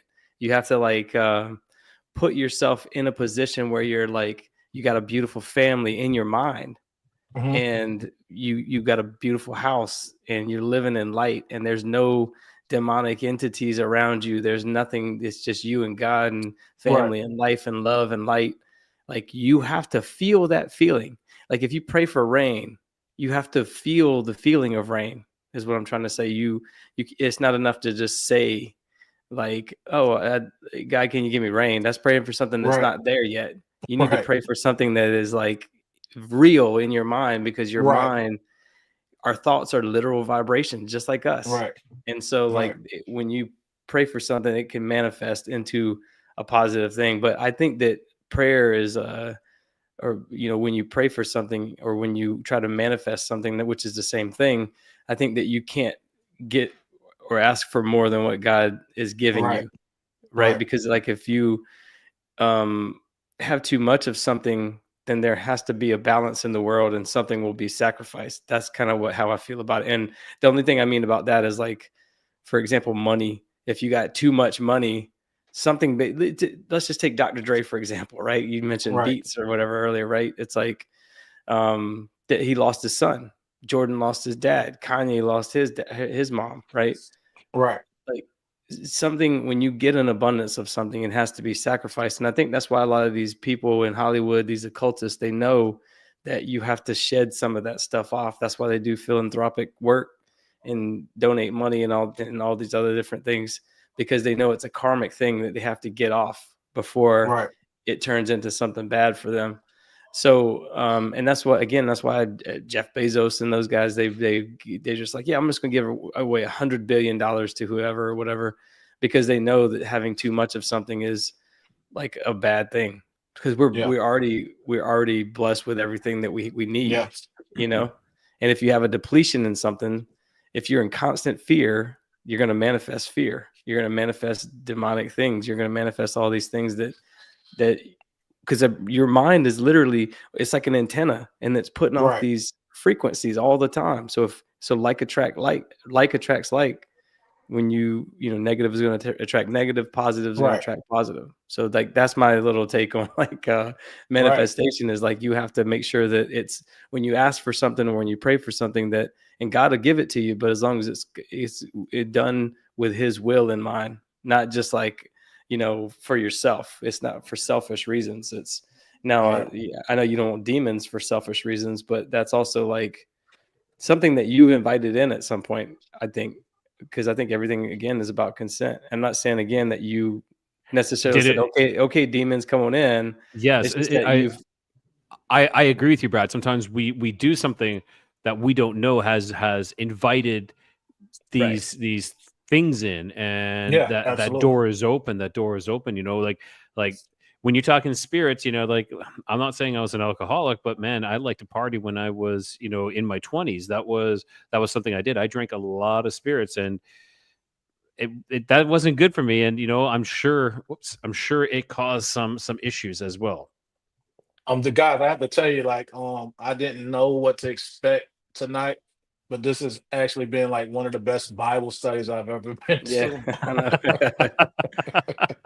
Yeah, this is not what I expected the show to be either. But I always say this, you know, like the conversations that we have legs, and they just go off in a direction that's needed. You know, energy goes where it needs to. You know, this conversation has flowed in this direction, and that's exactly and that is fantastic. That's exactly what it needed to be. You know, and then B popping up and Bettina popping up in the chat as well. She's like, "Oh, I've never caught any of your lives," and perfect contribution to this as well. Yeah, I feel like it wasn't by chance tonight. I feel like I had a lot of stuff that maybe Corey needed to hear because there's a lot to that. And there is help for that. Yeah, I want to share some. I want to definitely get in contact with me because I have some stuff that I would like to share with you offline.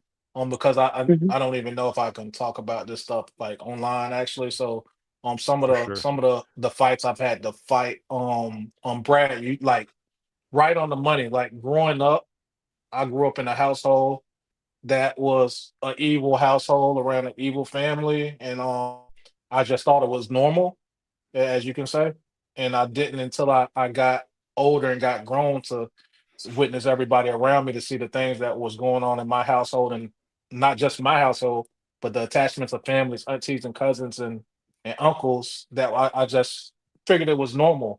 And not knowing that it was inherently evil. And I was the one to kind of break the mold and break the chain on that through the family. And it was tough confronting that.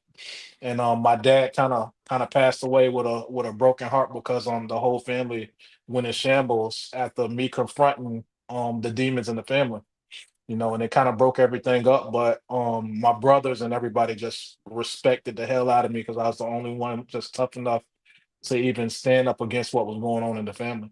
You guys might not be able to tell it, but I grew up in the hood too, believe it or not. I could tell it, Brad. Anybody that close to God has to be. Well, you go through some dark stuff, you know, when you're poor in general. But I'm from the Charleston area, South Carolina, and it's funny because like all of my black friends would say shit my whole life about Illuminati and hags and all kind of stuff, and I would be like, "What the fuck are y'all talking about, man?" Like that, but you hear those stories all the time, and like for example, in Charleston, there's a place. So you got a little Geechee in you, Brad. Yeah, for sure. Yeah. I know about Charleston. But yeah, in Charleston, man, they got this place called Rainbow Row, and it's all like it's multicolored houses. It's like pink, red, green, blue. It's the colors of the spectrum, the colors of light, right?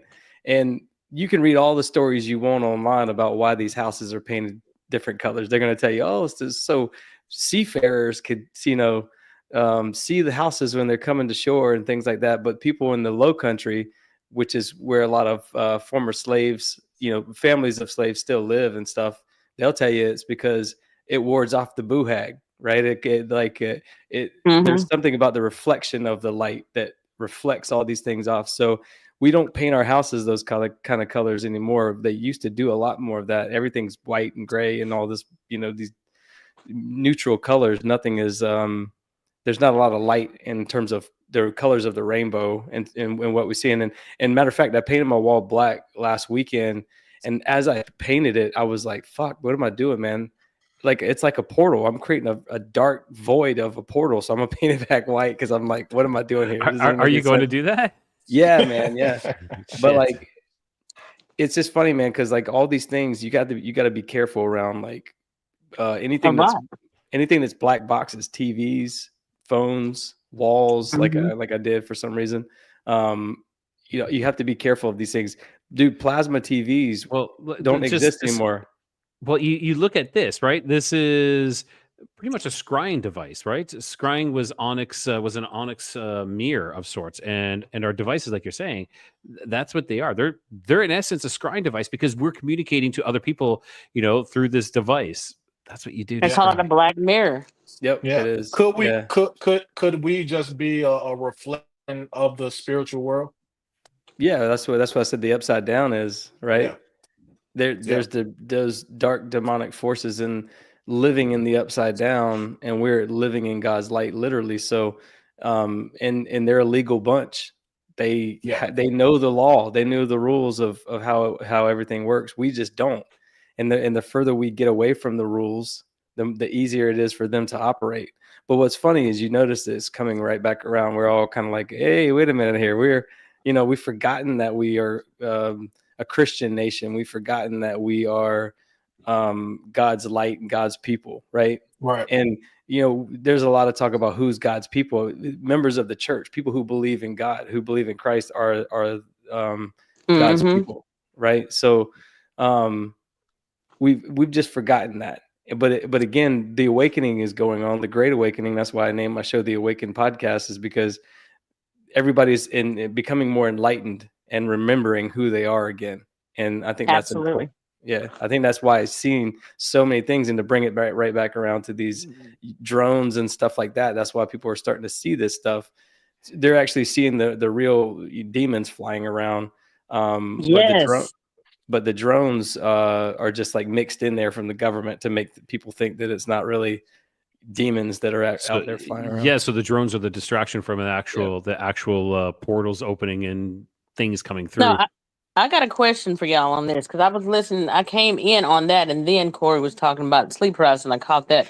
But I want to ask y'all a question about this, because now that has gone past just New Jersey. Now they've been cited in New York, Pennsylvania, and then I guess yesterday or within last North Carolina, and then the past couple of days, Oregon. Then today we have like all these. I guess a couple of days ago we had multiple small earthquakes here in the South. My question to y'all is this: the whole thing with them, like the government or nobody knowing what these things are, the SUV size, car size drones. First of all, how big is the average drone? Number one. Number two, the second question on that is that how do they not know? How are you not doing anything about it over United States military bases and airspace? Why are you not shooting them down? What's really going on with that? Do you really know what they really are and you just don't want to tell the public? Have they shape-shifted? Are they really drones, or are they something else? Because there's other videos of those same drones where they're now lights and they're going zooming past in the sky, and they're only seen at night. Like Chris Rock said, you ain't see shit because you were doing shit. Yeah, like there's something else to that. Yeah, I said this on the podcast before where Ryan, I was saying that like the government, if in all, spirits, God, everything what we've been taught is real. If I'm possessed with a demon, evil spirit, and I go out there and kill someone per se, could I be legally liable, held in court because of that? So is it a legal standpoint with spirits, and does the government, you know what I'm trying to say? Like, is it a legal aspects of the spiritual to the spiritual world when it comes to the government? You can put in an insane asylum, or they're gonna say, "Well, we're throwing that right out of court. We don't believe that. You're Right. just." They're gonna think you're just crazy, and they're still gonna put you in jail for it. Yeah, but if this is God's land, God's country, if one of my kids, they go to jail, they do something wrong, and they say, I was possessed. It wasn't me. We hear this all the time. Like we hear it all the time. It wasn't me. I don't even remember it, but we still lock these people up. When does the spiritual aspect kick in and say, you know what? we, you know, maybe he was possessed, but we still punish this person. What do you guys think about that? There They're used gonna to want be, to have some kind of history on if there's a history of mental illness. Is that documented where you diagnosed with schizophrenia or psychosis, bipolar? They're gonna want to know that stuff. Um, there's Yeah, gonna be a okay, whole list of okay, questions.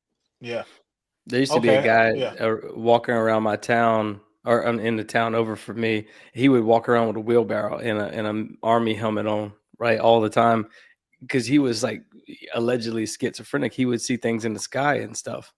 And I think that what he was seeing was probably real stuff. It's just that some people can see it earlier and all that, right? yeah. And we're coming back around to seeing that now. So that guy's not crazy anymore. Anymore. Everybody's like, oh shit, this guy Right. was probably seeing these drones or whatever a long time ago, you know? I need to order one of those army hats.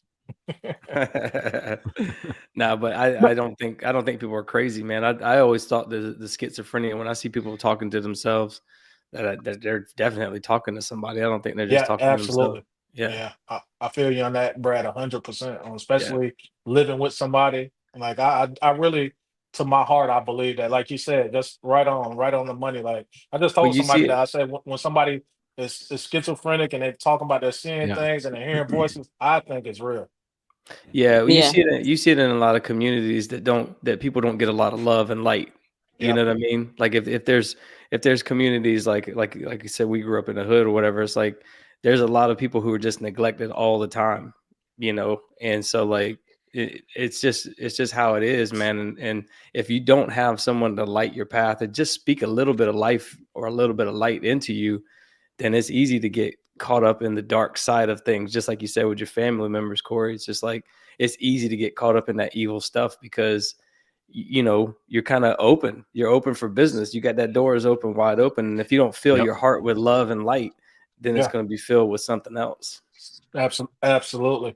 Sometimes you can be born in an unknown circumstance, and I've hmm learned just growing up that people will try to dim your light fast, Yep. especially because they recognize it before you even realize that you are light. And I learned that because I've ran into certain people in my life, and they said you have this aura about you, you have this presence. I'm like, I don't know what you're talking about. I don't know what you're talking about, but I heard it so many times, and now that I'm older, I understand. And when I went through my experience, I was praying. I was like, God, I don't want to be this guy that that's just so obsessed with trying to find out what this is, and then now I'm walking around crazy because I've seen something. No, let me reel it back in. I think I said this before. Sometimes we want to know what's in the box. I pray every day that I could just put all of this stuff back in the box and just live a normal life. But now I'm awoke and my eyes are open, and sometimes it's scary, like you said. And even though God's with me, some days are harder than others, but I still just get up and go to work, and do my thing. But I know that there's something out here. I know that God is bigger than everything that I can even imagine. So I just keep my head up, man, and I'm just willing to fight whatever's coming near me, and even in death, and even in the next life, I'm still gonna be fighting, man. It is what it is. For sure, man. there's a saying that goes, "Many are called and few are chosen." And I feel like that a lot of us, for whatever reason, that are allowed to see these things, I like to call that discernment a spirit. And I guess, like in the New Age world, they would call that a seer. You can see things that not everybody can see. And that's why you have medicine men and stuff like that. I'm not saying I agree with it, but like peyote, DMT, ayahuasca, and stuff like that, gateway drugs, marijuana, different stuff, mushrooms, even people will take those type of drugs to have a trip and go into these different dimensions, and they think it's just stop that. No, and think it's just a regular trip, but it's not a regular trip. You are actually in another realm. Like people don't realize, like in the Bible when it was talking about um things that were abominations, sorcery and divination, people don't realize that sorcery was actually the word for that was pharmakia. And pharmakia, that's where we get the word Yes. pharmacy from. And that was talking about drugs because that is opening you up to a gateway.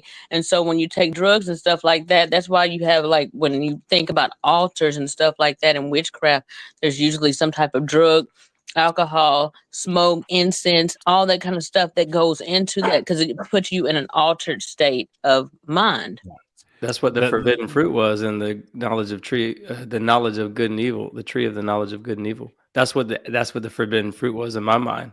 Was that when they took a bite of that, they were taking a hallucinogen or something, and they could see the reality for what it was, Adam and Eve in the Bible. So, my thoughts on that were when he told the serpent that he was going to be cursed from that point on, and from this point on, for the rest of your days, you were going to be cursed to crawl on your belly. If it's cursed to crawl on its belly, then does that mean it wasn't crawling before that? Was it a reptilian? Why was she not weirded out by the fact that you're talking to a snake? Or was it a snake? It's just something to think about because when we talk about cryptids and we talk about Bigfoot, Dogman, and all this other weird stuff like that, a lot of people don't realize that the satyr is actually in the book of Isaiah. The satyr, that's a half man and half goat. The Bible has brought up unicorns. It talks about dragons, and we talked in today's society, dragons, that's mythological creatures.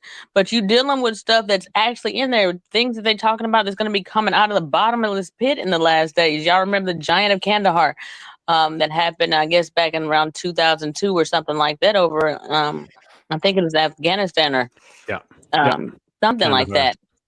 But then you got Steve Quayle, Genesis 6 giants, and then you got people talking about these mountain giants and everything else. The red-haired giants of Lovelock Cave. These things are coming back on the earth right now. It's not by chance we're going through all of this stuff right now at this time. Do y'all not know, like, that back in September this year that we had 2 moons in our solar system? If you don't believe it, Google it. Correct, 2 moons in our solar system. Yeah. And have you also remember when you was a kid in school and they told you when the moon goes down, the sun comes up and vice versa. But now have y'all not paid attention to the sky to see that now a lot of days, like bright sun daylight, the moon is also in the sky? Yeah, I think about that all the time, man. Because I'm not smart enough to try to figure out, like, where is it supposed to be right now? Like, when I look at it, I'm like, I don't think it's supposed to be there. It ain't make any sense. Right. I think Brad said something earlier on before she came on, and he was speaking about the plasma noise and it forming to UFOs and different creatures and stuff like that. And I always had some thought of that because I actually read about that before, and I said that's a great possibility that might be the sightings that people actually see. Like, this thing has to be doing something here, and it has to be like a good and evil asset or just super intelligent. That it has some type of. I think everything that we're talking about, the sleep paralysis, the spiritual awakening, I think it's all in one. Like, I don't think nothing is separate. I think it's all together. I could be wrong though. Spiritual warfare, that's what it is, man. Yeah, actually, absolutely. That, spiritual warfare. It's like you're fighting this battle. There's battles going on around us that we don't see it. We don't see it. I mean, 99% of the universe is plasma, and we are in the 1%. That's how special we are. And I think about if you're in the 99% of void and darkness, and you got 1% of the darkness enjoying life and drinking and having sex and doing all the awesome things of reality, right? It's like you're going to be pretty jealous of that. You're going to try to want to come into this reality. You're going to try to possess people and take over people's bodies in whatever way you can. You're going to try to get people drunk so you can just slide your because their frequency will be lower when you get them drunk, and then that way they can slide their bodies in. They're gonna make you watch more porn. That way when you go to sleep with your spouse, you're channeling, you're doing it they're experiencing it with you, I guess you could say. So I have to go, but I want to say something. Yeah, for sure. When okay, and it's just me being completely honest. When I used to get dealing with the family that I used to deal with, and knowing that I had the opportunity to do something evil or just do something wrong, I used to feel the presence of evil. Like I used to feel it. I Mm-hmm. don't know if anybody felt this before. Like you can do something sneaky and get away. You just feel it. It's telling you to do it. It's egging you on. Like, and now I know when anytime I get that feeling, I know to like get it away immediately. But you have to. It's like I had to recognize the feeling was even there to change. Like so, Interesting. Mm-hmm. if I can't be the only one. Like I think all the time. Like I'm like people are just they're that when that feeling comes over them, they just jump on hold of it and ride the feeling out and do whatever. You have to recognize that feeling is there because you can. It's a presence. I can feel it. Like if I'm about to Yeah. do something wrong and get away with it or whatever, I can feel that spirit. I can feel that presence. It is not Yeah. me.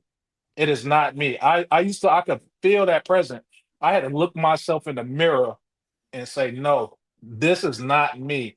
You're gonna leave. You're gonna and once I was able to recognize that, I was able to change my life, man. And I tell you, no, like just I don't care if it's cheating on your wife, I don't care if it's porn, I don't You're care right. what it is. Recognize the feeling, because that's what I did. I recognized the feeling of evil, the feeling of wrong, and that's what helped me changed my aspect of life. I had to recognize this feeling that I was having when I was about to do something wrong. I said, "There's that feeling again," You and you I you said, "It's like Yeah. it's egging me on. It's egging and pushing me to do this." you Yeah, become Absolutely. conscious. You become conscious of your unconscious thoughts, is what it was. You were like, oh, I was just kind of going through the motions. Now you're like, oh, I can sense this. I can feel it. I know what you're talking about because like I used to go to strip clubs and stuff. Like you, when you walk into a strip club, you just feel that like right, presence of like, oh, this doesn't like the energy, I guess, because my energy doesn't vibe with that energy. Like, it doesn't feel right. It feels like a wrong place to be. And right. I get those feelings, believe it or not, when I drive through town. Sometimes I'm like, oh, this is a creepy vibe in this town or something. I've looked at people on just a computer screen before and could see evil in them in some way. Like Yeah, one time I opened up a picture of a guy. He was a CEO because I do web design, and I opened up the picture of this guy and I went like this. Oh, like what like what I was know what you're that? talking about. It was an Yeah. evil, like, oh my God, like I could yeah. sense it from the It's photo. almost like they accepted. It's like they accepted the evil. It's like almost like let me explain. Like I see somebody says like that feeling, like if you're about to steal something and you is that rush, that feeling, and you're like, all right, I'm about to do it. And it's like the feeling is so strong if you ever just bask in that feeling. And I could see how people let that take control of them. I could see it how easy somebody would let that take control of them and live their life as that. I could see it. Like I could see it clear. Yeah, So because everybody. Mm-hmm. once I was able to step away from that, listen, hey, I'm telling you, I became a better man. Just let me tell you. Because Corey, not everybody realizes when it's not their own thoughts. Hmm. Sometimes it makes you think it's your own thoughts until it's something really weird or outrageous. It's like, wait a minute now. Like, I know that ain't my thought. You had to rebuke your thoughts. That's why the Bible even says in there, like, take every thought captive and bring it under the submission of God's will. It's real deep when you start realizing this stuff because a lot of people don't even realize, like, I mean, there may be people in the chat that may disagree. I just know based on what I've experienced when it comes to different stuff, mental illness and depression. I'm not going to say that drugs cannot take you there and make you psychotic or whatever, or change your whole being, but I do know that it is a spiritual thing, and I do know that that can be overcome in some ways. And there's certain things that have to be done too. That's why it also says that some spirits only come out through fasting and prayer. I just want to say all that, but I'm not going to hold y'all all night either. I just wanted to kind of put my 2 cents in and kind of share with you guys my What? experiences with it. Well, hey, I appreciate it. And just one thing, if any y'all have kids here, y'all anybody has kids on here? Yeah. Yep. All right, so just maybe like before my dad passed away, maybe 8 months ago, Somebody, I don't usually be online or anything like that, but when I was going through what I was going through with the family, they got online talking about my daughter, and at that one moment, I got serious, and I felt that thing coming, like, come on, Corey, let's go over there and let's whoop some ass now. Now I know you're gonna go because they're talking about your daughter, and I just said no. I'm not even worried about it. And that feeling just it almost just like drained away. And that's the feeling I'm speaking about. I just want you guys to. It's something telling me to tell you guys that, like, it's a presence that I felt that it was in, and I had to get it. I had to look myself in the mirror and recognize that's what I just want to leave you guys with. I know exactly what you're talking about. It's deep. It's deep.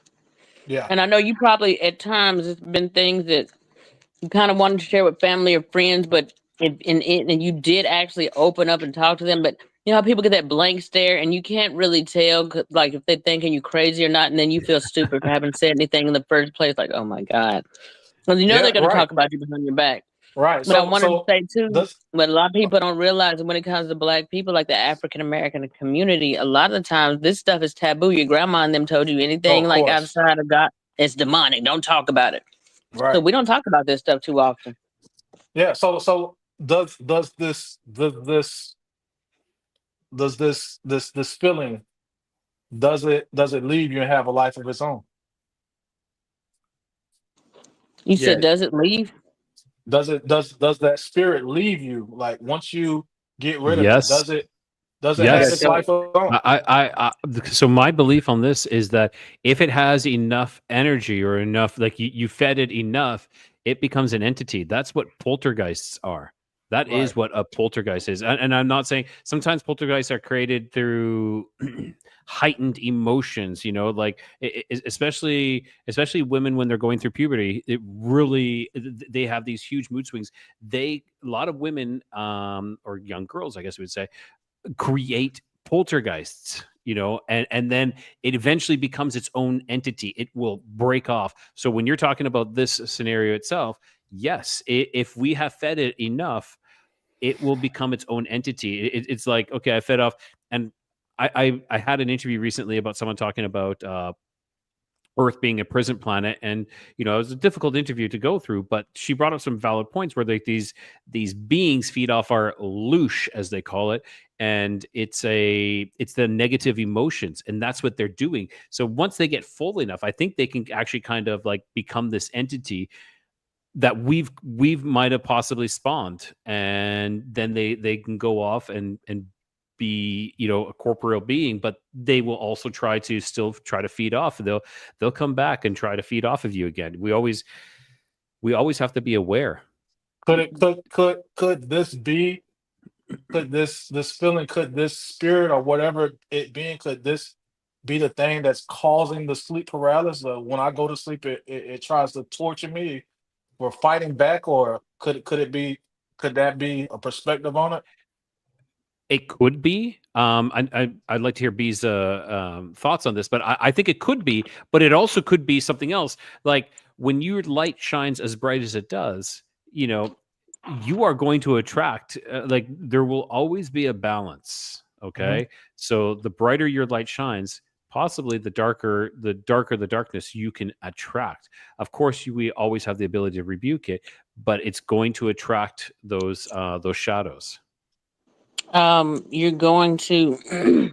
There's a lot of things that we can do, that you can do, or have going on that you have to break in order to get it to stop.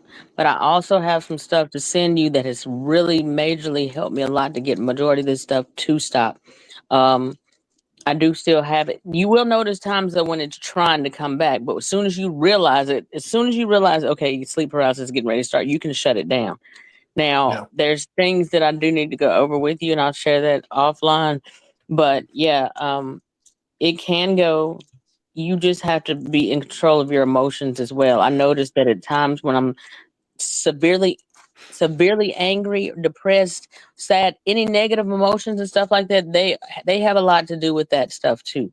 So a Yeah. lot of the times, people who deal with sleep paralysis, you also have some form of negative paranormal activity going on in the home, or even fights and stuff within your relationships and marriage and stuff going on in your life too. Spiritual attack, warfare, and it's much deeper than that. But some stuff, it took me several years to figure out and to find out, and I learned out a whole lot. I've got several things I'm going to send to you on this, but you can get it to stop. It's going to take some Was work, and it takes a lot. was the I found out that the biggest fight that I had, it wasn't something physical against anybody else or my job or ex-wife, or it was the me. It was me versus me.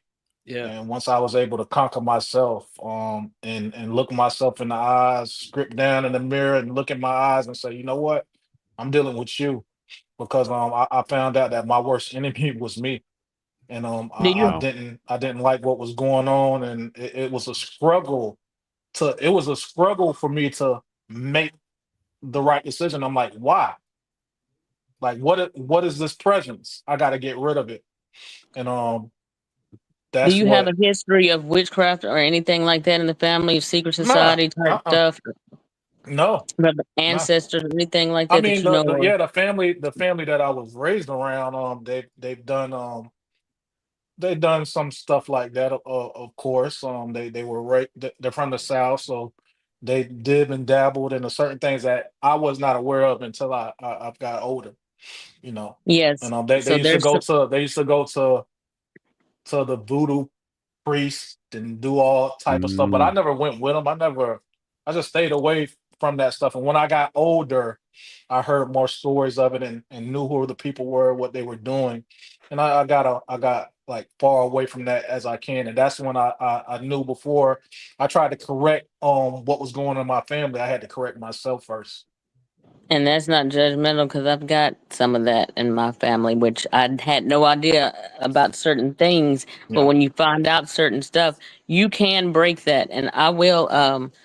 Brian, make sure you just send me his email because I, there's I some I things. I did it. His email is in your Messenger. Facebook Messenger. Yeah, already sent. And Corey also told me to put it in the chat, so it was Yeah. in the chat as well. So if anybody saw that, and I can do that once more, I'll do it once more here. So if anybody wants to get a hold of Corey, here his email address. But Yeah. And I do answer my emails like I answer my phone. perfect, Great, perfect. because if it's gonna be, and I've got a couple of people who I know that can definitely help with this and get that out of your life for good. Well, Yeah. and And and Brad, I'm bring going me on to. your Oh, sorry. and Go ahead. Brad, bring me to your podcast, man. We could Yeah, talk, you can man. come on anytime, dude, for sure. I'd love to Yeah. talk to you So about it, man. in January, I'm going to be having on a couple ladies as well, and we will be tackling sleep paralysis again. Vicky Joy Anderson and Karen Wilkinson. We're going to be doing a live in the beginning of January together, January 11th. So please tune in for that as well. And Vicky Absolutely. Joy actually helps people like y'all who have sleep paralysis. That's her job. She talks to people on how to close those doors. So if you really need to reach out to someone, VickyJoyAnderson.com or .net. I can't remember which one it is, but I either think one of Vicky Joy those. and Vicky Joy author or something. Yeah, I'll you know what I'll put her. I'll give that you guys her information if you want as well. Yeah, she wrote a Yeah. book I'll be called watching. they come out at, I think, is it that they come out at night, Brad? Was that the book? Yeah, they come out at night. Yep. Yeah. Yeah, Yeah, it's Vicky good Joy. stuff. It's VickyJoyAnderson.com, and you can book, schedule a time to talk to her, and I don't know how it works with her. I don't know if she charges. I don't know how she might just be doing this for free. I don't know, but I think this is what she does for a living, is talk to people. So she'd be great to talk to about this stuff. I'm telling you guys, she's dealt with it. Hmm. She's dealt with this stuff for 40 Her whole years. life as Yeah, well. Yeah, yeah, yeah. 45 years.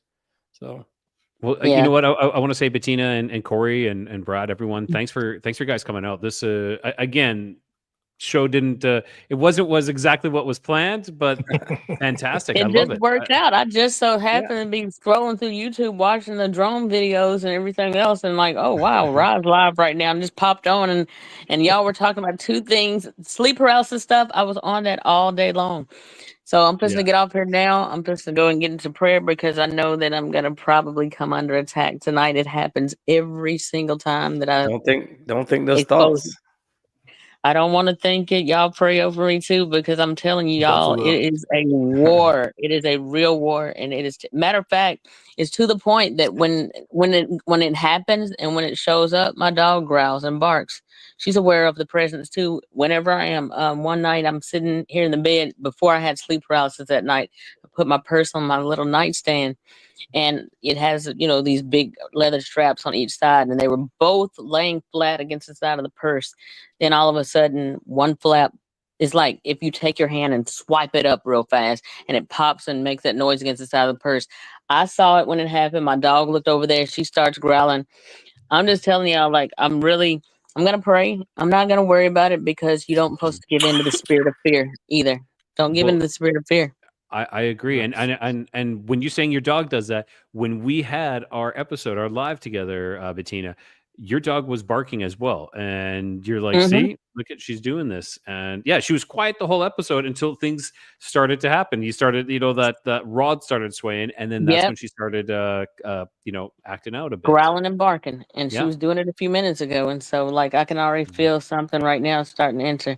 So I'm fixing to get into prayer right now, because I'm fixing to have to get this.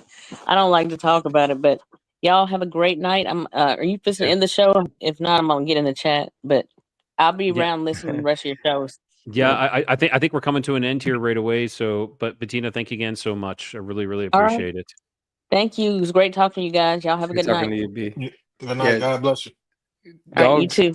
dogs can hear like subsonic sounds, and so you know how you blow a dog whistle and we can't hear it, and they can hear subsonic sounds which exist in that same frequency realm that I was just talking about, that we can't see, we can't perceive. So we can only perceive 1% of reality. So Yeah, it's only this one little sliver of the vastness of everything else. There's, I mean, just imagine, I don't even know what's going on around us. If there is, And like, that's scary. yeah, it yeah. is very scary. You Yes. know what? It is what it is, man. But you got to think about it though. These things are watching us all the time. They know all about your daughter. They know all about your He dad knows dying. when They you are they sleeping. know He Right. everything. knows when Yeah. you're awake. Yeah. Well, they know everything about you, man. So you mentioned the stone structures earlier. When these things, I think people were building these stone structures to try to harness the magnetic vortexes, so these things could Right. come in, right? Right. And so, like, That's exactly what I think. yeah, and so, but these entities were telling them, "Oh yeah, your daughter. I know all about this. I know all about your childhood, because they've been watching you your whole life. They know everything you've ever done, Hmm. and so they're going to use all of that against you and trick you into thinking that they're beings of light, but they're not. They're just demons. The angels are not trying to come into this reality, right? God exists within us and all around us. Mhm. God's not trying to come into this reality. These other things are. They're trying to get out of that disembodied, cold, dark place that they're in, Yeah. and And experience and something. and I swear to God that I seen it. I've seen that place. I think I told you about that, Brad, and Yeah. Corey. I'll have to tell you. Well, I've told the people on the show a couple of times about that. So one of these times here, I'll send you a message of what happened to me. I saw something recently. I saw it through to the other side, which I actually believe was where these spirits inhabit, these Right. disembodied spirits. Yeah, Well, that is crazy. yeah. It's this world is amazing and crazy at the same time. I agree, It's and unbelievable. it is unbelievable. Yeah, but it's unbelievable. But it's also it has to, you have to believe it almost, because it's just, Right. this is what we see. But Corey, I want to say thank you so much for for hitting me up yesterday. It was just yesterday saying, "Hey man, we should talk." And this has been like a home run episode. I think this is fantastic, out of the ballpark. Yeah, it's been therapy for me, man. Been Perfect, therapeutic for me, man. For me perfect, too, man. perfect. Yeah, thank you so much, Corey. Oh, you're welcome. Y'all have a good one, man. Be Peace out, blessed. You Corey. too. You too. Yep. See you, man. Well, Brad, what do you think? That was a Great show, man. Yeah. that was a great show. Yeah, I just want to say thank you to everyone who's in the chat as well. That was and definitely DJ Tyler, as usual. Thank you so much for supporting us, man. We really appreciate that. Well, what do you think? We're done. Yeah, man. For those out Anything you want to there, say? Yeah. no, I mean, we've said a lot in this episode, and I've certainly jumped in and said a lot. But I think that with all this stuff that's going on, believe it or not, man, what I'm doing with my show, I can't explain it. I can't explain getting people who follow me and listen to me and share the show and like the show and other things. The only thing I can ever say is that I feel like that I'm being used in a way to do exactly what I'm doing right now, to talk to people and like share my thoughts and ideas on things, to help people understand that um that we have this power inside of us, that we are enlightened beings. We are light, we are God's light, we were made in his image. My job is to just tell people that over and over and over and over again. And I've just come to understand now, also understand, for anybody who's listening out there, that I do a lot of the things that I say not to do as well. I'm not perfect. I still watch I hear you. porn, I hear you, I brother. still drink, I still do all the things that you're not supposed to do, and the things that I'm telling people, that demons possess you, and when you drink alcohol and things like that. But I still drink. I'm not a perfect person, but try to find a preacher who's going to say that, right? But I think it's important to get the information out there, and even the more I hear it from myself, the more I know that message is not coming from me; it's coming from a higher source. Higher source. Yeah, it's being channeled through me. That's all I can say. I hear you. I used to write myself messages all the time, like Facebook messages to myself that only I could see, and I would always tag it HS to me, so higher self to me, and really? and I'd have these like fantastic insights that would just come, and it'd be just like, yeah. And so I just like, higher self to me, these are messages. And it's not, I think I even made some of them public, and it's like more than happy for everyone to look at it. But it's kind of like this higher self message to me. I'm not preaching to other people. It's kind of like preaching to myself, but in the end, when you preach to yourself, you are preaching to other people as well. And thank you for putting this great show together, man. I know this is a lot of work, getting videos and collecting stories and texting people and messaging people and trying to get them on the show. I know it's a lot of hard work, man. And if I can ever help facilitate some of that stuff, I'll be glad to help, man. I sent you a bunch of links before we started the show. I know. I was like, oh my gosh, and that was fantastic. But I had already kind of put something together, and I was I'll just do this. But no, it in the end, you know what? Those drones, I think, are a distraction. And I like what you said. Maybe there is something actually truly out there, but they're throwing up so many drones just to distract everybody. And so you're not paying attention. You're just gonna write it off of it's just a drone. It's just a bunch of nonsense. I really believe that. Yeah, that's what they do, man. That's how they do it. That's the way the government operates. Is they can't control anything. They just like, well, let's mask it the best way we can by putting out, it's funny when they say that we're spreading disinformation and misinformation and all this stuff. Well, we have a propaganda arm of our government. Literally, there's a propaganda arm of our government that literally just does that all day. And they do it allegedly to other countries. But with the Smith-Mundt Act, the Modernization Act, it allowed that stuff to affect us as well here in the United States. So when we see information out there, just know that there are 10,000 employees that work for this organization that is constantly, that's all they're doing, is just putting out disinformation online to spin up different narratives. So we're all fighting amongst each other about flat earth versus this and donut earth and all this other stuff. And really what it's about is like them just they keep throwing out decoys to distract us from the true reality of what's going on. Exactly. I agree. And one last shout out, I want to say shout out to Mouse and to DJ Tyler Radio, being the mods and always being there in the groups, in the chats. Thank you guys so much. It is greatly appreciated. And I think with that, go check out guys, go check out Brad and go check out Bettina. I've posted their links in this chat, but I'll make sure, of course, Brad's is already in the show notes, but I'll make sure I post Bettina as well. Awesome show, Ryan. Thank you, man. Thanks. And I got a new shorter exit, and I put a little of motion video into the picture. So let's sign off and take a look at that.